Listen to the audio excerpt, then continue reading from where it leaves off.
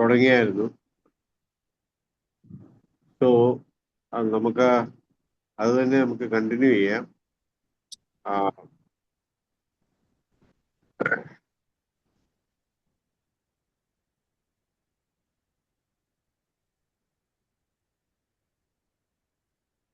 ഒരു ബന്ധത്തിന്റെ ആരംഭത്തെക്കുറിച്ചും പിന്നെ കൗൺസിലിങ്ങിന്റെ ഒരു 10 ഘട്ടങ്ങളുണ്ട്. 10 സ്റ്റേജസ് ഓഫ് കൗൺസിലിംഗ് എന്ന് പറയുന്നത്.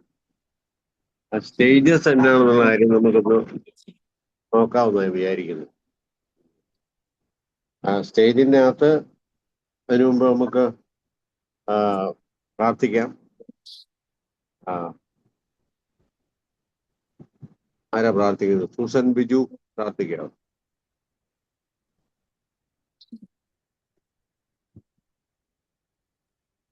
ഹല്ലേലൂയ, സ്തോത്രം സ്തോത്രം കർത്താവേ. ഹല്ലേലൂയ, സ്തോത്രം സ്തോത്രം. ഈ നല്ല നിമിഷത്തിനായിട്ട് നന്ദിയോടെ സ്തോത്രം ചെയ്യുന്നപ്പാ. ഹല്ലേലൂയ കർത്താവേ, ഈ സെമിനാരി ഓർത്ത് പ്രാർത്ഥിക്കുന്ന കർത്താവേ. ഹല്ലേലൂയ, അതിന്റെ ഭാരവാഹികളെ ഓരോരുത്തരെയും കർത്താവ് ഞങ്ങളെ പഠിപ്പിക്കുന്ന ഓരോ സാർമാരെ നിന്റെ കരങ്ങളിലേക്ക് സമർപ്പിക്കുന്നു. പ്രത്യേകിച്ച് കർത്താവേ, ഈ കൗൺസിലിംഗ് ക്ലാസ് നിന്റെ കരങ്ങളിലേക്ക് സമർപ്പിക്കുകയാണ് കർത്താവേ. ഞങ്ങളുടെ ഓരോരുത്തരുടെ ജീവിതത്തിൽ അനുഗ്രഹമായി തീരുവാൻ തക്കണം സഹായിക്കണമെന്ന് പ്രാർത്ഥിക്കുന്നു കർത്താവേ. ഹല്ലേലൂയ, അങ്ങ് ആഗ്രഹിക്കുന്ന വിധത്തിൽ ഞങ്ങൾ ഓരോരുത്തരുമായി തരുന്നതിന് വേണ്ടി ഞങ്ങൾ ഓരോരുത്തരും നിന്റെ കരങ്ങളിലേക്ക് താഴ്ത്തി സമർപ്പിക്കുകയെന്ന് പഠിപ്പിക്കുന്ന സാറിനെ നിന്റെ കരങ്ങളിലേക്ക് സമർപ്പിക്കുന്നു. സകലവും നന്മയ്ക്കായി തീരുമാറാകണമേ. ദൈവം വെച്ച് യേശു ക്രിസ്തുവിന്റെ നാമത്തിൽ തന്നെ. Thank you. കൗൺസിലിങ്ങിന്റെ നമ്മള് കൗൺസിലിങ്ങിന്റെ 10 ഘട്ടങ്ങള് ഏകദേശം ഒരു 10 അത് മനസ്സിലാക്കാൻ വേണ്ടി വെച്ചിരിക്കുന്ന 10 ഇങ്ങനെ വെച്ചിരിക്കുന്നുള്ളൂ. എനിവേ ഈ സ്റ്റെപ്സ് നമ്മൾ മനസ്സിലാക്കണമെന്ന് മാത്രമേ ഉള്ളൂ. ഇതെല്ലാം വേണം അതിനകത്ത്. അല്ലാതെ ഇതെല്ലാം കണ്ട് സ്റ്റെപ്പ് ബൈ സ്റ്റെപ്പായിട്ട് ഇത് നോക്കിക്കൊണ്ട് കൗൺസിലിങ് അങ്ങനെയല്ലല്ലോ അത്. അപ്പം നമ്മൾ ഒരാളെ കണ്ടു കഴിയുമ്പം നമ്മൾ ശ്രദ്ധിക്കേണ്ട കാര്യങ്ങളും പിന്നെ എന്തെല്ലാം നമ്മുടെ മനസ്സിലുണ്ടായിരിക്കണമെന്നുള്ളതാണ് പ്രധാനമായിട്ട് പറയുന്നത്. അപ്പം നമ്മൾ പറഞ്ഞല്ലോ, ആദ്യത്തെ ഒരു വ്യക്തിയായിട്ടുള്ള ബന്ധത്തിന്റെ ആരംഭം എന്ന് പറയുന്നത് ആരംഭം കുറിക്കുന്ന ഒരു ഇടപെടലിലൂടെയാണ്, ഒരു റിലേഷൻഷിപ്പിലൂടെയാണ്. അപ്പം അത് പലതരത്തിൽ വരാം. നമ്മൾ കണ്ടു ഓൾറെഡി. പലതരത്തിൽ നമ്മൾ ആരെങ്കിലും റെഫർ ചെയ്ത് വരാം, അല്ലെങ്കിൽ ആരുടെയും ലെറ്റർ കൊടുത്ത് വരാം, അല്ലെങ്കിൽ പേഴ്സണലി നമ്മളെ ഒന്ന് കാണാം. ഇങ്ങനെ പല രീതിയിൽ വരാം. എങ്ങനെ വന്നാലും നമ്മൾ ആ ആൾക്ക് വളരെ ശ്രദ്ധ കിട്ടുന്ന രീതി വേണം. ആ ആളുടെ കാര്യത്തിൽ നമ്മൾ താല്പര്യമാണ്, നമ്മൾ അവൈലബിൾ ആണ്. ചിലരുണ്ട് ഇങ്ങനെ വർത്താനം പറഞ്ഞ് നമ്മൾ ഭയങ്കര ബിസിയാണെന്ന് കാണിക്കാൻ വേണ്ടി, എനിക്ക് 2-3 മീറ്റിംഗ് ഉണ്ട് കേട്ടോ, എനിക്ക് പറ്റുമെന്ന് തോന്നുന്നില്ല എന്നൊക്കെ നമ്മൾ പറയുന്നത് നമുക്ക് ഒരു വെയിറ്റ് ഇടുക എന്നൊക്കെ പറയും. എന്താ നമ്മളിങ്ങനെ ഭയങ്കര ബിസിയാണ്.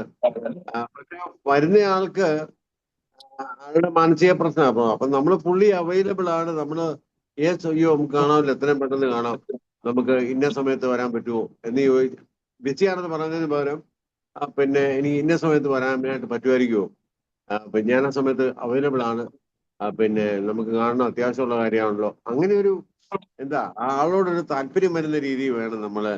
അല്ലെ, നമ്മുടെ ഒരു ഓഫീസാണ്, നമ്മുടെ കൗൺസിലറാണ്, നമ്മുടെ അടുത്ത് ഒരാൾ വരുമ്പോഴത്തേന് നമ്മൾ ആ ഒരു പിന്നെ വളരെ റിസപ്റ്റീവ് ആയിരിക്കണം. അതാ ഞാൻ പറഞ്ഞു.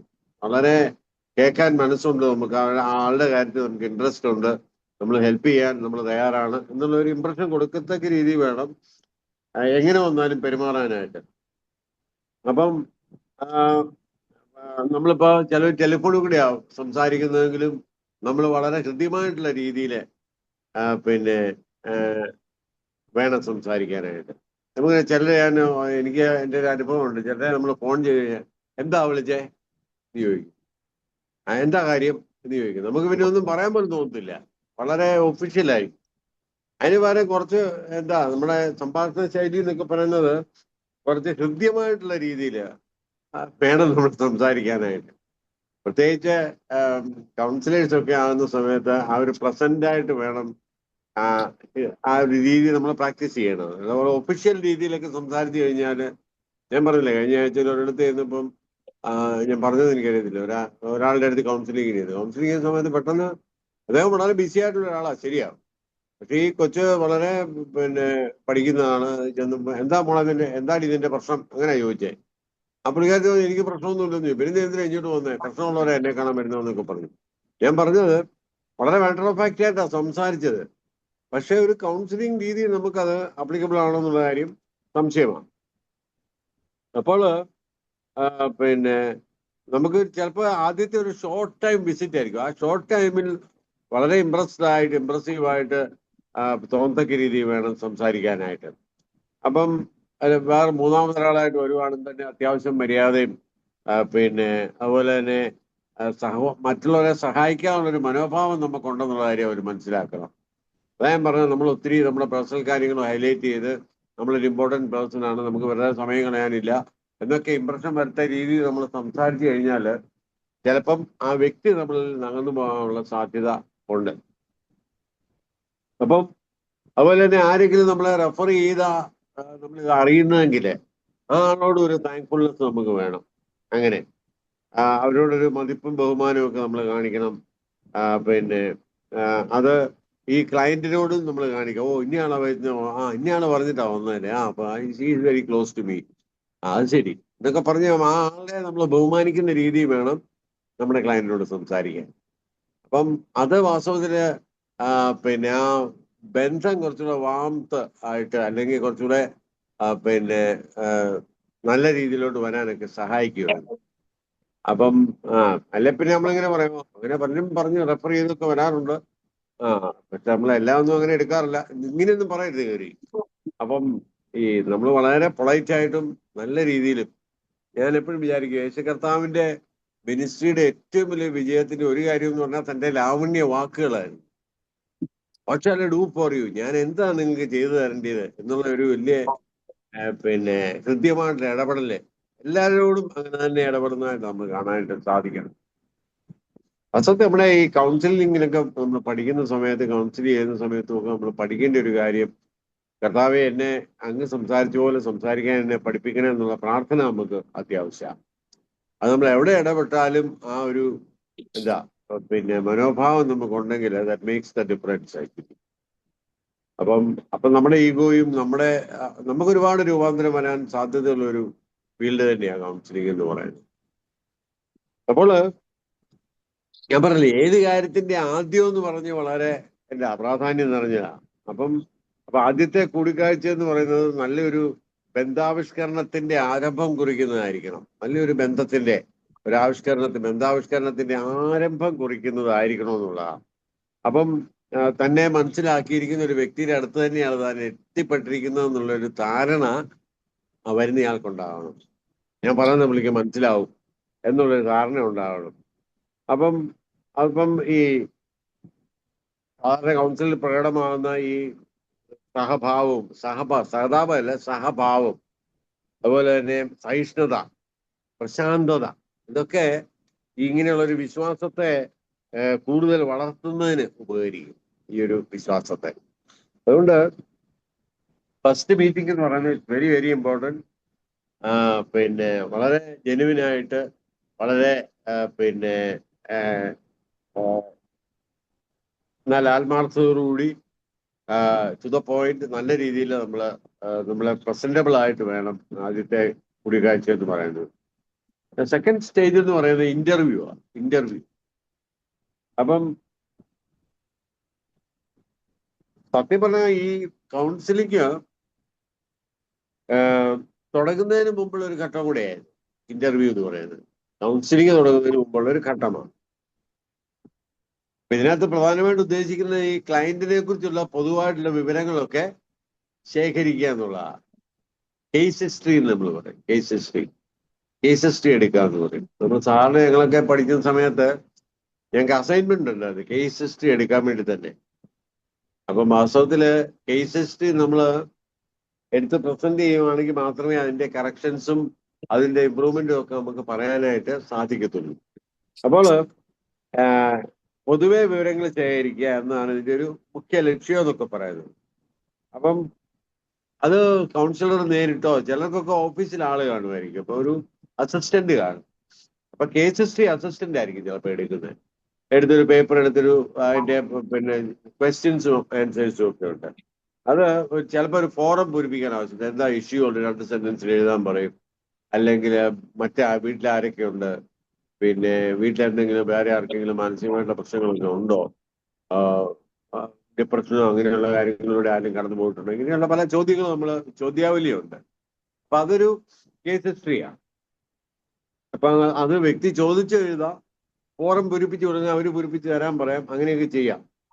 അപ്പം വാസ്തവത്തില് ഇത് പൊതുവായിട്ടുള്ള വിവരങ്ങളാണ്, വ്യക്തിയുടെ ജീവിതത്തിന്റെ പശ്ചാത്തലം, വളർച്ചാ ഘട്ടങ്ങൾ. അപ്പം നമ്മൾ നിങ്ങളെ ഇതിനകത്ത് പഠിച്ചോന്ന് എനിക്കറിയത്തില്ല.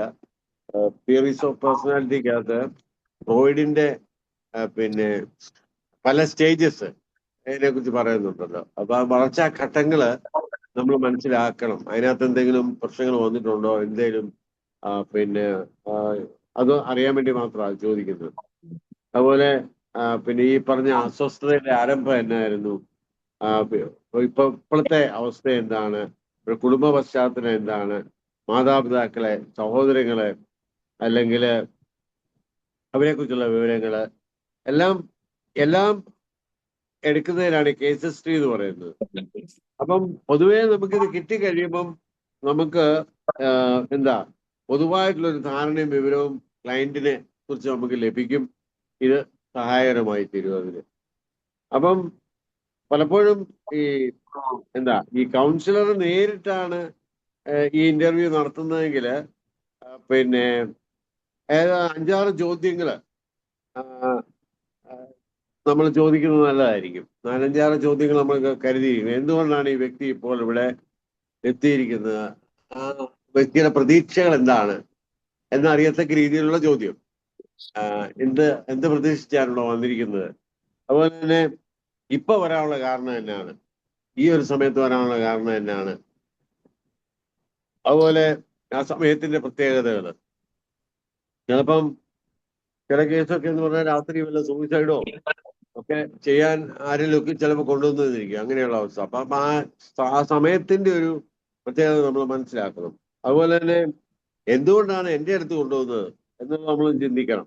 അപ്പം കൗൺസിലറെ കുറിച്ചുള്ള ധാരണയോ തെറ്റിദ്ധാരണയോ വരാം. നല്ല ധാരണകൾ കൊണ്ട് വരാം, ആരെങ്കിലും തെറ്റിദ്ധരിപ്പിച്ചും വരാം. അപ്പം അത് എന്താണെന്നുള്ള കാര്യം മനസ്സിലാക്കുന്നത് നല്ലതാണ്. അതുപോലെ ഇപ്പോഴത്തെ ആളുടെ വൈകാരിക അവസ്ഥ എന്താണ്, ഇപ്പോഴത്തെ അവസ്ഥ, മാനസിക നില. ഞാൻ പറഞ്ഞല്ലോ, ചില കേസസ് ഒക്കെ വന്ന് ഞാൻ മണിക്കൂറുകൾ സമയം സ്പെൻഡ് ചെയ്തിട്ടുണ്ട്. കാരണം അവരെല്ലാം ഇപ്പൊ അവർ പറയും, ചിലപ്പോൾ കാണുമ്പോൾ, അയ്യോ അന്ന് നമ്മൾ ഇരുന്ന ആ ഇരിപ്പ് ഇപ്പോഴും ഞാൻ ഓർക്കും, എന്റെ ഫീലിങ്ങും കരച്ചിലും അതെല്ലാം കേട്ട് അപ്പൊ എന്താണ് അന്ന് തോന്നിയെന്നൊക്കെ ചിലപ്പോൾ പള്ളി എന്നോട് ചോദിക്കും. എല്ലാം നോർമലായി കഴിയുമ്പോഴത്തേനും എനിക്കിപ്പോ ഓർത്തിട്ട് എനിക്കത് ഭയങ്കര പ്രയാസമാണെന്നൊക്കെ പറയും. അപ്പൊ ആ സമയത്ത് അത് കേൾക്കുക എന്നുള്ളത് വെരി ഇമ്പോർട്ടൻ്റ് ആക്കി. അവരറിയുന്നില്ല അവരുടെ മനോഭാവം, നമുക്കറിയാം. പക്ഷെ അതിനെ ജഡ്ജ് ചെയ്യാതെ ലെറ്റ് ദം എക്സ്പ്രസ് എന്നുള്ള ആ ഒരു മനോഭാവത്തിൽ അത് എടുക്കുന്നതാണ് ഏറ്റവും നല്ലത്. അപ്പം ആ വ്യക്തി എന്നിൽ നിന്ന് എന്താണ് പ്രതീക്ഷിക്കുന്നത്, ഒരു ആശ്വാസവാക്കായിരിക്കും പ്രതീക്ഷിക്കുന്നത്. നമ്മൾ ഒരുപക്ഷെ ഈ വന്നയാളുടെ കുഴപ്പം കൊണ്ടായിരിക്കും ഇതെല്ലാം സംഭവിച്ചിരിക്കുന്നത്. പക്ഷെ അവിടെ ഒരു കുറ്റപ്പെടുത്തല് ആണെങ്കിൽ അത് തീർച്ചയായിട്ടും ആ വ്യക്തിയെ പിന്നെ കൂടുതൽ പ്രശ്നത്തിലേക്ക് നയിക്കത്തേ ഉള്ളൂ. അപ്പം എനിക്കറിയാം, പിന്നെ പലപ്പോഴും നമ്മുടെ ജീവിതത്തിൽ അവിടെയുള്ള ക്രിസ്ത്യൻ പ്രിൻസിപ്പിളും അങ്ങനെ തന്നെയാണ്. ഇപ്പം ഞാൻ ഒത്തിരി കഥകൾ കേട്ടിട്ടുണ്ട്. പലരും ചില ഹോട്ടൽസിലൊക്കെ ചെല്ലണമെങ്കിൽ ചില പിന്നെ ഡ്രസ് കോഡും ഒക്കെ ഉണ്ടെങ്കിൽ അവിടെ അവർ പ്രവേശനം നൽകും. നോർമൽ ഡ്രസ്സും ഒക്കെ ധരിച്ചുകൊണ്ട് ചെന്ന് കഴിഞ്ഞാൽ അവരവിടെ കയറ്റത്തില്ല. അപ്പം അങ്ങനെ ഉള്ള ഹോട്ടൽസിനെ കുറിച്ച് കേട്ടിട്ടുണ്ട്. അങ്ങനെ ഒരാള് ഇങ്ങനെ യാത്ര ചെയ്ത് വന്ന സമയത്തൊക്കെ 2 ദിവസം യാത്ര ചെയ്ത് മുഷിഞ്ഞൊക്കെ ഡ്രസ്സിലൊക്കെ ആയിട്ട് കയറി ഒരു ഹോട്ടലിൽ കണ്ടപ്പോൾ നിർത്തി. അപ്പോൾ ആ ഹോട്ടലിൽ കയറി ചെന്ന സമയത്ത് അവർ പറഞ്ഞു, നിങ്ങളെപ്പോലുള്ളവർക്ക് ഇവിടെ പ്രവേശനമില്ല, വെൽ ഡ്രസ്ഡ് ആയിട്ടും വല്ല ഫുൾ സൂട്ടിലും ഒക്കെ വരുന്നവർ മാത്രമേ ഇവിടെ കയറ്റത്തുള്ളൂ, ഞങ്ങളുടെ ഡെക്കോറം കീപ്പ് ചെയ്തേ പറ്റത്തുള്ളൂ. അപ്പൊ ആളെ സംബന്ധിച്ചിടത്തോളം അത് വളരെ അതല്ല പ്രതീക്ഷ. ആ ആളെ സംബന്ധിച്ചിടത്തോളം ഫ്രഷ് ആകാൻ വേണ്ടിയാ ഉദ്ദേശിക്കുന്നത്. അപ്പം കുറച്ച് കഴിഞ്ഞ് മുമ്പോട്ട് യാത്ര ചെയ്തപ്പോഴത്തേന് അവിടെ ഒരു ബോർഡ് എഴുതിയിട്ടുണ്ട്, റോട്ടിലുണ്ട്, come just as you are എന്ന് എഴുതി വെച്ചിട്ടുണ്ട്. Come just as you are എന്ന് പറഞ്ഞാൽ നിനക്ക് നീ ആയിരിക്കുന്ന പോലെ കയറി വരിക. അവിടെ ചെന്ന് ഫ്രഷായി ഇയാള് ഡ്രസ്സപ്പ് ഒക്കെ ചെയ്ത് കഴിഞ്ഞപ്പോഴത്തേന് that's what he wanted actually. അപ്പൊ നമ്മുടെ ജീവിതത്തിൽ കടന്നു വരുന്നവര് അവരായിരിക്കുന്ന നിലയിലായിരിക്കും വരുന്നത്. അത് കരച്ചിലായിരിക്കാം, ബുദ്ധിമുട്ടായിരിക്കാം, അല്ലെ റെബല്യസ് ആയിരിക്കാം. പക്ഷേ അവര് ആയിരിക്കുന്ന നിലയിൽ അവരെ സ്വീകരിക്കാനുള്ള ഒരു മനസ്സ് നമുക്ക് വേണം. യേശു കർത്താവ് അങ്ങനെ ആയിരുന്നല്ലോ.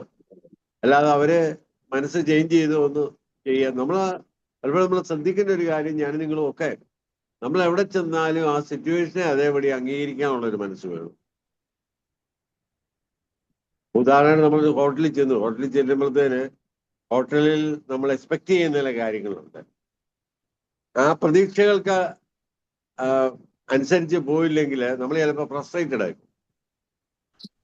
ഇതാണോ ഹോട്ടല്, ഇതാകുമ്പോഴുള്ള മേച്ച വൃത്തിയാക്കാൻ പോലും ഇവർക്ക് അറിയാൻ മേല. ചിലരുണ്ട് അങ്ങനെ ചെന്ന് കഴിഞ്ഞാൽ വൈറ്റർമാരോട് വഴക്കുണ്ടാക്കും, മാനേജർമാരോട് ചെന്ന് വഴക്കുണ്ടാക്കും.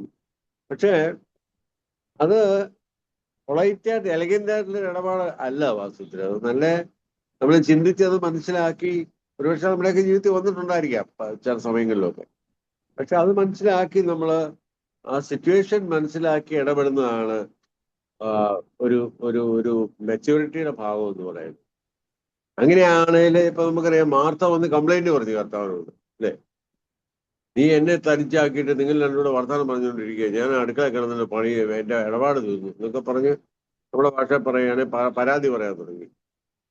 നിനക്ക് യാതൊരു വിചാരവും ഇല്ലല്ലോ, ഞാനിങ്ങനെ കിടന്ന് കഷ്ടപ്പെടുന്നതുകൊണ്ടോ, നീ ഭക്ഷണം കഴിക്കാൻ വേണ്ടി ഇരിക്കുവോ അല്ലേ എന്നൊക്കെ ആയിരിക്കും ഇംപ്ലിക്കേഷൻ അതിന്റെ.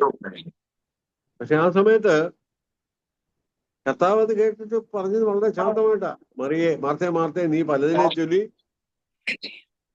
മ്യൂട്ട് ചെയ്യണേ എല്ലാരുമേ, ആരുടെയോ ഒക്കെ ശബ്ദം വരുന്നുണ്ടേ. അപ്പം പറഞ്ഞു, നീ പലതിനെ ചൊല്ലി വിഷമിച്ചാണല്ലോ. അപ്പൊ മാർത്തയൊന്ന് മനസ്സിലാക്കി കർത്താവോടെ, മാർത്തയുടെ വിഷമം മനസ്സിലാക്കി. അല്ലാതെ ഞാൻ എരിശിലേമിലോട്ട് പോവുക, ആ പഴയ കഷ്ടതയായി ഇനിയിപ്പം അനുഭവിക്കാം. അപ്പൊ നിങ്ങളുടെ അടുത്ത് അല്പസമയം ഇരുന്ന് വർത്താനമൊക്കെ പറഞ്ഞ് സമാധാനമായിട്ട് ഇച്ചിരി ഫുഡ് കഴിച്ചൊക്കെ പോകാൻ വേണ്ടിയാ കയറി വന്നത്. അതിൻ്റെ അടുത്ത് പിന്നെ പടം മേടിച്ച് പന്തളത്തിൽ ചെന്നപ്പോ പന്തം കൊളുത്തി പടയെന്ന് പറഞ്ഞ പോലെ ആണോ ഇത്, എന്നാ പരിപാടിയാ, ഞാൻ ഏതായാലും പോവാന്നെന്നും പറഞ്ഞു. അങ്ങനെയൊന്നും അല്ല കർത്താവ് ഇടപെട്ടത്.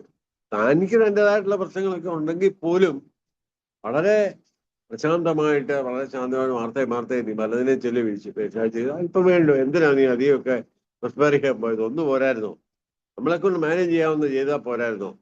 ഒരു പസീവ് ഓർഗനൈസറാ. പലപ്പോഴും നമ്മളെ കുടുംബ ജീവിതത്തിലൊക്കെ ഒരുപാട് കാര്യങ്ങൾ ചെയ്യും, ആഗ്രഹങ്ങൾ അനുസരിച്ചല്ല. ഒരു 12 കൂട്ടം കറിയെങ്കിലും വേണമെന്ന് ആഗ്രഹിക്കും.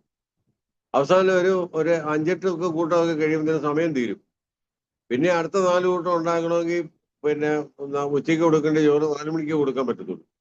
പിന്നെ ഫ്രസ്ട്രേഷനായി, പിന്നെ വഴക്കായി, പിന്നെ ഭർത്താവിനോട് വഴക്കായി, പിന്നെ മക്കളോട് വഴക്കായി, ആരും എന്നെ സഹായിക്കുന്നില്ല, ഞാൻ ഒറ്റയ്ക്ക് കിടന്ന് പണിയാണ്, എന്തൊരു കഷ്ടമായത് എന്നൊക്കെ പറഞ്ഞ് അവസാനം കുളമാവില്ല. ബർത്ത്ഡേ പാർട്ടി കുളമാവും, കല്യാണം കുളമാവും, വീട്ടിലെന്തെങ്കിലും പിന്നെ വിരുന്നുകാരെ വിളിച്ചിട്ടെങ്കിൽ അത് വഴക്കിന്റെ ഭാഗത്തേക്ക് പോവും. അവിടെയൊക്കെ നമ്മളൊന്ന് മാനേജ് ചെയ്ത് സംഗതി ചെയ്യുവാണെങ്കിൽ, നമുക്ക് പറ്റുന്ന കാര്യങ്ങളും സന്തോഷപൂർവ്വം ചെയ്യാൻ പറ്റുവാണെങ്കിൽ അതായിരുന്നു നല്ലത്. അപ്പൊ ഞാൻ പറഞ്ഞത്, നമ്മുടെ വിഷയം അതല്ല. ഒരാള് വരുന്ന സമയത്ത് പലതരത്തിലുള്ള ആൾക്കാർ വരും. പക്ഷെ അവരെ ഒരാശ്വാസത്തിലേക്കും അവരെ ഒരു പ്രശാന്തതയിലേക്കും അവരെ ഒന്ന് ശാന്തമാക്കുന്ന രീതിയിലായിരിക്കണം അവരെ അക്സെപ്റ്റ് ചെയ്യുന്ന ഒരു മാനസിക നില നമുക്ക് വേണമെന്ന് വേണം. അത് ചിലപ്പോൾ നമുക്ക് ചിലത് ക്ഷമിക്കാൻ പറ്റത്തില്ല, അല്ലെ നമുക്ക് നമ്മുടെ ക്ഷമ നഷ്ടപ്പെടുന്ന രീതിയിൽ ഇങ്ങനെ പറഞ്ഞുകൊണ്ടേയിരിക്കും. ചിലരങ്ങനെ പറഞ്ഞാൽ നിർത്തുകയില്ല, അവര് പറഞ്ഞ കാര്യം തന്നെ റിപ്പീറ്റ് ചെയ്തുകൊണ്ടിരിക്കും. നമ്മളിതൊന്ന് കേട്ടതാണല്ലോ എന്ന് പറഞ്ഞാലൊന്നും അവർ കേൾക്കുകയില്ല, അത് പറഞ്ഞുകൊണ്ടേയിരിക്കും. ആ സമയത്തൊക്കെ നമ്മുടെ ക്ഷമയൊക്കെ പരീക്ഷിക്കുന്ന സമയങ്ങളാണ് അതൊക്കെ. ഞാൻ പറഞ്ഞത് accept them as they are actually. അപ്പൊ അത് വളരെ ഇമ്പോർട്ടൻ്റ് ആണ്. ഇപ്പോൾ നമ്മൾ ചിന്തിക്കുന്ന ഒരു കാര്യം, ഇപ്പോൾ എനിക്ക് എന്നാ ചെയ്യാൻ പറ്റുമെന്നുള്ള ഒരു പോസിറ്റീവായിട്ട് ചിന്തിക്കണം. ഒരു പ്രാർത്ഥനയൊക്കെ ആവശ്യമാണ്. കർത്താവെ, ഇതുപോലൊരു അവസ്ഥയിലാണ് വന്നിരിക്കുന്നത്. ഞാൻ പലപ്പോഴും SOS അയക്കും, സേവ് ഓർ സോൾ എന്ന് പറയുന്നത് SOS അയക്കും ഇരുന്നുകൊണ്ട്. കാരണം ചിലരുടെ പ്രശ്നങ്ങൾ ഇങ്ങനെ പറയുന്ന സമയത്ത് നമുക്ക് മനസ്സിലാകത്തില്ല എന്തൊക്കെയാണ് പറഞ്ഞു വരുന്നതെന്ന്. അപ്പോഴത്തേന് കർത്താവിനോട്, കർത്താവെ, ഇത് ആവശ്യമുള്ളത് തരണം, എന്നാ ചെയ്യേണ്ടേ പെരുമാറേണ്ടേ എന്നുള്ളത് കാണിച്ചു തരണം, അങ്ങയുടെ സഹായം ഇല്ലാതെ പറ്റത്തില്ല, എന്നെ കൊണ്ട് പറ്റിയല്ല എന്റെ പൊന്നു കർത്താവെ എന്ന് പറഞ്ഞ് നമ്മള് വളരെ ദൈവകൃപ അവിടെ വ്യാപരിക്കും ആ സമയത്ത്. അതുകൊണ്ട് നമ്മളെല്ലാം ഈ കാര്യങ്ങളൊക്കെ മനസ്സിലാക്കുന്നതിലൊക്കെ ഉപരിയായിട്ടുള്ള ദൈവാശ്രയം ആസ് എ ക്രിസ്ത്യൻ കൗൺസിലർ നമുക്ക് വളരെ ആവശ്യമാണ്. നമുക്കെല്ലാം അറിയാവുന്ന നമ്മൾ ഒരിക്കലും ചിന്തിക്കാൻ പാടില്ല. എല്ലാ ഉത്തരം ദൈവത്തിൽ നിന്നാണ് വരുന്നത്. അതുകൊണ്ട് ദൈവത്തിൽ ആശ്രയിക്കാൻ വേണ്ടി പഠിക്കണം. അപ്പൊ ഈ പറഞ്ഞത് കൗൺസിലറിനെ നമ്മുടെ അടുത്ത് വന്നു കഴിയുമ്പോൾ നമ്മൾ ശ്രദ്ധിക്കേണ്ട കാര്യങ്ങളെ കുറിച്ചാണ് പറഞ്ഞത്. പിന്നെ രണ്ടാമത്തെ ഒരു സെക്കൻഡ് സ്റ്റേജ് എന്ന് പറയുന്നത് നമ്മൾ ഇടപെടുന്ന ഒരു ഘട്ടമാണ്. ഇടപെടൽ. അപ്പം അതുപോലെ തന്നെ ഈ ചിലപ്പം ഈ ഇടപെടുന്നത് നമ്മൾ ആദ്യമേ ഒന്ന് കണ്ടു കാണും, അല്ലെ വഴിക്ക് വെച്ച് ഒന്ന് കണ്ടു കാണും. ചിലപ്പോൾ രണ്ടാം ഘട്ടമായിരിക്കാം, അല്ലെ മൂന്നാം ഘട്ടമായിരിക്കാം. അവിടെ ഈ ഇടപെടുന്ന സമയത്ത് നമ്മൾ മനസ്സിലാക്കേണ്ട 2-3 കൂട്ടം കാര്യങ്ങളുണ്ട്. നമ്മളെ റിലേഷൻഷിപ്പ് നമ്മൾ പിന്നെ അവരുമായിട്ട് ഇടപെടുന്ന സമയത്ത് നമ്മൾ ശ്രദ്ധിക്കേണ്ട കാര്യങ്ങൾ നമ്മൾ പറഞ്ഞ കാര്യങ്ങൾ തന്നെയാണ്. അതിലൊന്നാണ് ഞാൻ മുമ്പേ പറഞ്ഞ പോലെ ഒരു പ്രശാന്തത, ഒരു പ്ലസന്റ് ആയിരിക്കണം. നമ്മൾ അതുകൊണ്ടാണ് പറയുന്നത് നമ്മൾ ഇരിക്കുന്ന റൂമൊക്കെ വളരെ പിന്നെ ഒരു പോസിറ്റീവ് ഫീലിംഗ് തരത്തിലുള്ള ആയിരിക്കണം. നമ്മുടെ ഭിത്തിയിലൊക്കെ നല്ല കൊട്ടേഷൻസ് ഒക്കെ എഴുതി വെക്കാമെങ്കിൽ നല്ലതാണ്. നല്ല സീനറീസ് ഉണ്ടെങ്കിൽ നല്ലതാണ്. അപ്പൊ മനസ്സിനൊരു സന്തോഷം വരുന്ന രീതിയിലുള്ള കളറും ഒക്കെ ആയിരിക്കണം. ഭയങ്കര ചെങ്കല് കളറും ഒക്കെ അടിച്ച് അതിൻ്റെ ഇടയ്ക്ക് ഒരു മഞ്ഞ കളറും ഒക്കെ അടിച്ച് പേടിപ്പിക്കുന്ന തരത്തിലുള്ള ഒക്കെ ആണെങ്കിൽ അത് അവരുടെ മനസ്സിന് തന്നെ പ്രയാസം. ഇങ്ങനെ ഞങ്ങളുടെ വീടിന്റെ ഓപ്പോസിറ്റ് ഒരു വീടുണ്ടായിരുന്നു. ആ വീടിന്റെ കളർ എന്ന് പറഞ്ഞാൽ ഭയങ്കര എക്സ്ട്രീംലി ഡാർക്ക് പിങ്ക് ആയിരുന്നു. നമുക്ക് രാവിലെ എഴുതിയിട്ട് കാണുമ്പോൾ തന്നെ നമ്മുടെ വീട്ടിൽ മനപ്രയാസം കാണുമ്പോൾ ഈ കളറിന്റെ ഒരു പ്രശ്നമുണ്ട്. അതേസമയം നല്ല അത് കഴിഞ്ഞ് എന്തോ അവർക്ക് അത് തോന്നി അവരിപ്പോ നല്ല പിന്നെ ഒരു ലൈറ്റ് കളർ അടിച്ച് ഇപ്പൊ നമുക്ക് എന്തൊരു രസമാണ് തരും അവിടെ പോയി നോക്കി നിൽക്കാൻ തന്നെ നല്ലതാണ്. അപ്പൊ എന്ന് പറയുന്ന കളറിന്റെ ഒരു പ്രത്യേകത ഉണ്ട് കേട്ടോ. ഒത്തിരി ഗോഡിയായിട്ടൊക്കെ അല്ലാതെ അപ്പൊ നമ്മുടെ ആ റൂം സെറ്റിങ്സ് ഒക്കെ വളരെ ഇമ്പോർട്ടൻ്റ് ആയിരുന്നു. അപ്പൊ ഈ കൗൺസിലറുമായിട്ടുള്ള ആ ബന്ധം, ആ പ്രശാന്തത അവർക്ക് ഫീൽ ചെയ്യത്തക്ക രീതിയിൽ വേണം നമ്മുടെ റൂം സെറ്റിങ്, നമ്മുടെ ഡ്രസ് കോഡ്. നമ്മൾ ഡ്രസ് ചെയ്യുന്നത് വളരെ എലഗന്റ് ആയിട്ടുള്ള ഒരു ഡ്രസ് കോഡ് ആയിരിക്കുന്നതാണ് ഏറ്റവും നല്ലത്. പ്ലസന്റ് ആയിരിക്കണം, പോസിറ്റിവിറ്റി തോന്നത്തക്ക രീതിയിലായിരിക്കണം. അതുപോലെ തന്നെ പിന്നെ ആ വ്യക്തിയുടെ വളർച്ചയ്ക്ക് ആവശ്യമായിട്ടുള്ള അതിന് ഉപകരിക്കുന്ന ഒരു പരസ്പര ബന്ധമായിരിക്കണം. നമ്മളെല്ലാം പറഞ്ഞു പഠിപ്പിക്കുക എന്നുള്ളതല്ല, അവരെ കണ്ടെത്തി വളർത്തണം നമ്മൾ. അത് അവരുടെ സഹായത്തോടുകൂടി അവർക്ക് നമ്മൾ ചില ഇൻസൈറ്റ് കൊടുക്കുന്നു എന്നുള്ളതല്ല, അത് അവരാ തീരുമാനം എടുക്കുന്നത്. ആ ഒരു രീതി അല്ല നമ്മൾ ഉപദേശിച്ച് ചില കാര്യങ്ങൾ ചെയ്യിക്കുക എന്നുള്ളതല്ലല്ലോ കൗൺസിലിംഗ് എന്ന് പറയുന്നത്. അപ്പം ഈ പിന്നെ ഒരുപാട് അപ്പൊ അതുകൊണ്ട് അതൊക്കെ മനസ്സിലാക്കി ചില കാര്യങ്ങളും ചിലപ്പോൾ മദ്യപന്മാരുണ്ടായിരിക്കും. ഇപ്പൊ തന്നെ ഇവിടെ വെച്ച് തീരുമാനം എടുക്കണം, ദൈവത്തിന്റെ ആത്മാവ് നിങ്ങളോട് സംസാരിക്കുകയാണ്, അല്ലെന്നുണ്ടെങ്കിൽ നിങ്ങൾക്ക് ശിക്ഷാവിധി വരും, പോകുന്ന വഴിക്ക് അതുണ്ടാവും, ഇതുണ്ട്, ഇങ്ങനെയൊന്നും പറഞ്ഞ് പേടിപ്പിക്കരുത്. അത് സമയമെടുക്കും. ആ സമയത്ത് ഇങ്ങനെയുള്ള കാര്യങ്ങളൊക്കെ ഡീൽ ചെയ്യുന്ന സമയത്ത് വളരെ അവധാനതയോടുകൂടി ശാന്തമായിട്ട് പ്രാർത്ഥനയോടുകൂടി അവരെ ഉൾക്കൊണ്ടുകൊണ്ട് പിന്നെ ഒരുപായിട്ടൊരു യാത്രയുണ്ട് നമുക്കിനിയും. കുറച്ചു കാലം നമ്മുടെ കൂടുതൽ യാത്ര ചെയ്യാൻ പോവുക. അപ്പൊ ആ യാത്ര കംഫർട്ടബിൾ ആകുന്ന രീതി വേണം നമ്മളത് ചെയ്യാനായിട്ട്. അപ്പം ചിലപ്പോൾ നമ്മൾ വിചാരിക്കും ഈ കൗൺസിലിങ്ങിന്റെ ആരംഭം, ഈ ഇടപെടലിനകത്ത് ആരംഭം കുറിക്കുക എന്ന് പറയുന്നത് വലിയൊരു ബുദ്ധിമുട്ട്. ചിലക്ക് ഈ സ്റ്റാർട്ടിങ് ട്രബിൾ ഉണ്ട്.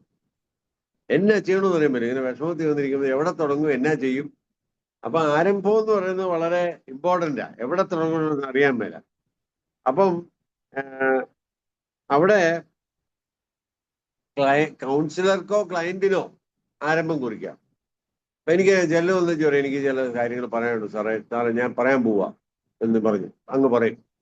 അപ്പൊ നമുക്ക് സൗകര്യ അവരങ്ങ് തുടങ്ങി. വേറെ ചെല്ലു വന്നിച്ച് പറയും, സാറേ ഞാൻ ചില കാര്യങ്ങൾ പറയുമ്പോൾ എനിക്ക് അങ്ങനത്തെ അനുഭവം ഉണ്ട്, സാറിന് പേടിയൊന്നുമില്ലല്ലേ, ഞാൻ പറയാൻ പോവാ. അപ്പം നമ്മള് ചിരിച്ചുകൊണ്ടിരിക്കുന്നത്, ഓക്കെ പറ. അപ്പം മിണ്ടാതെ അങ്ങിരിക്കും. അപ്പൊ നമ്മൾ വേണം ഇനിഷ്യേറ്റീവ് ചെയ്യാൻ വേണ്ടി. അതുതന്നെയാണ് നമ്മൾ വളരെ ചോദ്യങ്ങൾ, പിന്നെ ചിലപ്പോൾ ഇതുമായിട്ട് ബന്ധപ്പെട്ട ചോദ്യം ഒന്നും ആയിരിക്കത്തില്ല, വേറെ വല്ല കാര്യമായിരിക്കും പറയുന്നത്. വന്ന് എങ്ങനെയാണ് ബസ്സിനെ കാലാവസ്ഥയെ കുറിച്ചോ അല്ലെങ്കിൽ പിന്നെ അന്നത്തെ പൊളിറ്റിക്കൽ സിറ്റുവേഷനെ കുറിച്ചോ ഒക്കെ ആയിരിക്കും ചിലപ്പം ചർച്ച തുടങ്ങുന്നത്.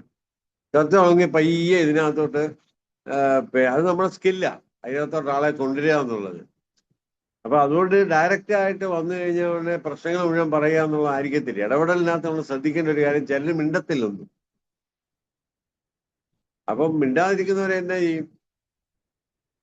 അപ്പം അപ്പൊ ആ സ്കില്ല് ഞാൻ ഓർക്കുന്നുണ്ട്. ഒരാൾ ഇങ്ങനെ ഒരു ഹൈപ്പോത്തിക്കേറ്റഡ് ആയിട്ടൊരു സംഭവമാണോ അതോ ഉണ്ടായതാണോ എന്ന് എനിക്കറിയത്തില്ല. പിന്നെ ഒരു രോഗി, ഒരാൾക്കൊരു അസുഖം ഉണ്ടായി. പുള്ളിയുടെ ധനികനായിട്ടുള്ള മനുഷ്യനാണ്. അപ്പം പുള്ളി പറഞ്ഞു ഡോക്ടറെ കൊണ്ടുവരാൻ പറഞ്ഞു. എവിടുന്ന് ഒരു ഡോക്ടറെ വിളിച്ചോണ്ട് വന്നു. ഡോക്ടർ ആ പാടെല്ലാം പിന്നെ ഡോക്ടർ ഒന്ന് ചോദിച്ചു, എന്താ പറ്റിയത് നിങ്ങൾക്ക്, നിങ്ങളുടെ സിംറ്റം എന്നാ? അന്നേരം പറഞ്ഞു, ഞാൻ കാശ് കൊടുത്ത് ഡോക്ടറെ വരുത്തിയിരിക്കുന്നത് ഞാൻ അങ്ങോട്ട് പറയാനല്ല, നിങ്ങളുടെ ജോലിയാണ് കണ്ടുപിടിക്കാന്നുള്ളതെന്ന്. പുള്ളി മിണ്ടായിരിക്കുക അവിടെ. എന്താ സിംറ്റം എന്ന് ചോദിച്ചിട്ട് മിണ്ടുന്നില്ല. അത് നിങ്ങളെ ഡോക്ടറാ കണ്ടുപിടിക്കേണ്ടതെന്ന് പറഞ്ഞു. എന്റെ അസുഖം എന്നാന്ന് പറഞ്ഞു. അത് തന്നെ പറഞ്ഞുകൊണ്ടിരിക്കുക. എന്തോ അങ്ങനെ ഒരാൾ പറഞ്ഞു കഴിഞ്ഞാൽ എന്നെ എടുക്കും. പുള്ളി പറയുന്ന പുള്ളി അതിന്റെ പേയ്മെന്റ് ചെയ്തിട്ടുള്ളതാ. കുറച്ചുനേരം എല്ലാം കേട്ടേച്ച് അവസാനം പറഞ്ഞു, ഞാൻ പറയാം അത് എന്നെ കൊണ്ട് സാധിക്കത്തില്ല, ഞാൻ വേറൊരാളെ കൊണ്ടുവരാമെന്ന് പറഞ്ഞു. അപ്പൊ കുറച്ച് കഴിഞ്ഞ് പുള്ളി പോയി വേറൊരാളെ പോയി വിളിച്ചോണ്ട് വന്നു. ആ ആള് എല്ലാം നോക്കിയിട്ട് മരുന്ന് കൊടുത്തു. രോഗം ഭേദമായി. അപ്പൊ രണ്ടാമത് കൊണ്ടുവന്ന ഡോക്ടർ ആരാന്ന് ചോദിച്ചാൽ മൃഗ ഡോക്ടറായിരുന്നു. ഈ ലക്ഷണം കണ്ടുകൊണ്ട് രോഗം നിശ്ചയിക്കുന്നത്. മൃഗങ്ങളൊന്നും മിണ്ടത്തില്ലല്ലോ. അപ്പൊ എന്ന് പറഞ്ഞാല് ചില കേസിലൊക്കെ നമുക്ക് ഇതുപോലത്തെ കീറാമുട്ടി കേസുകളൊക്കെ വരും. അപ്പം ആ സമയത്ത് അവധാനതയോടുകൂടി, നമ്മളെ ഇറിറ്റേറ്റഡ് ആകേണ്ട ആവശ്യമില്ല.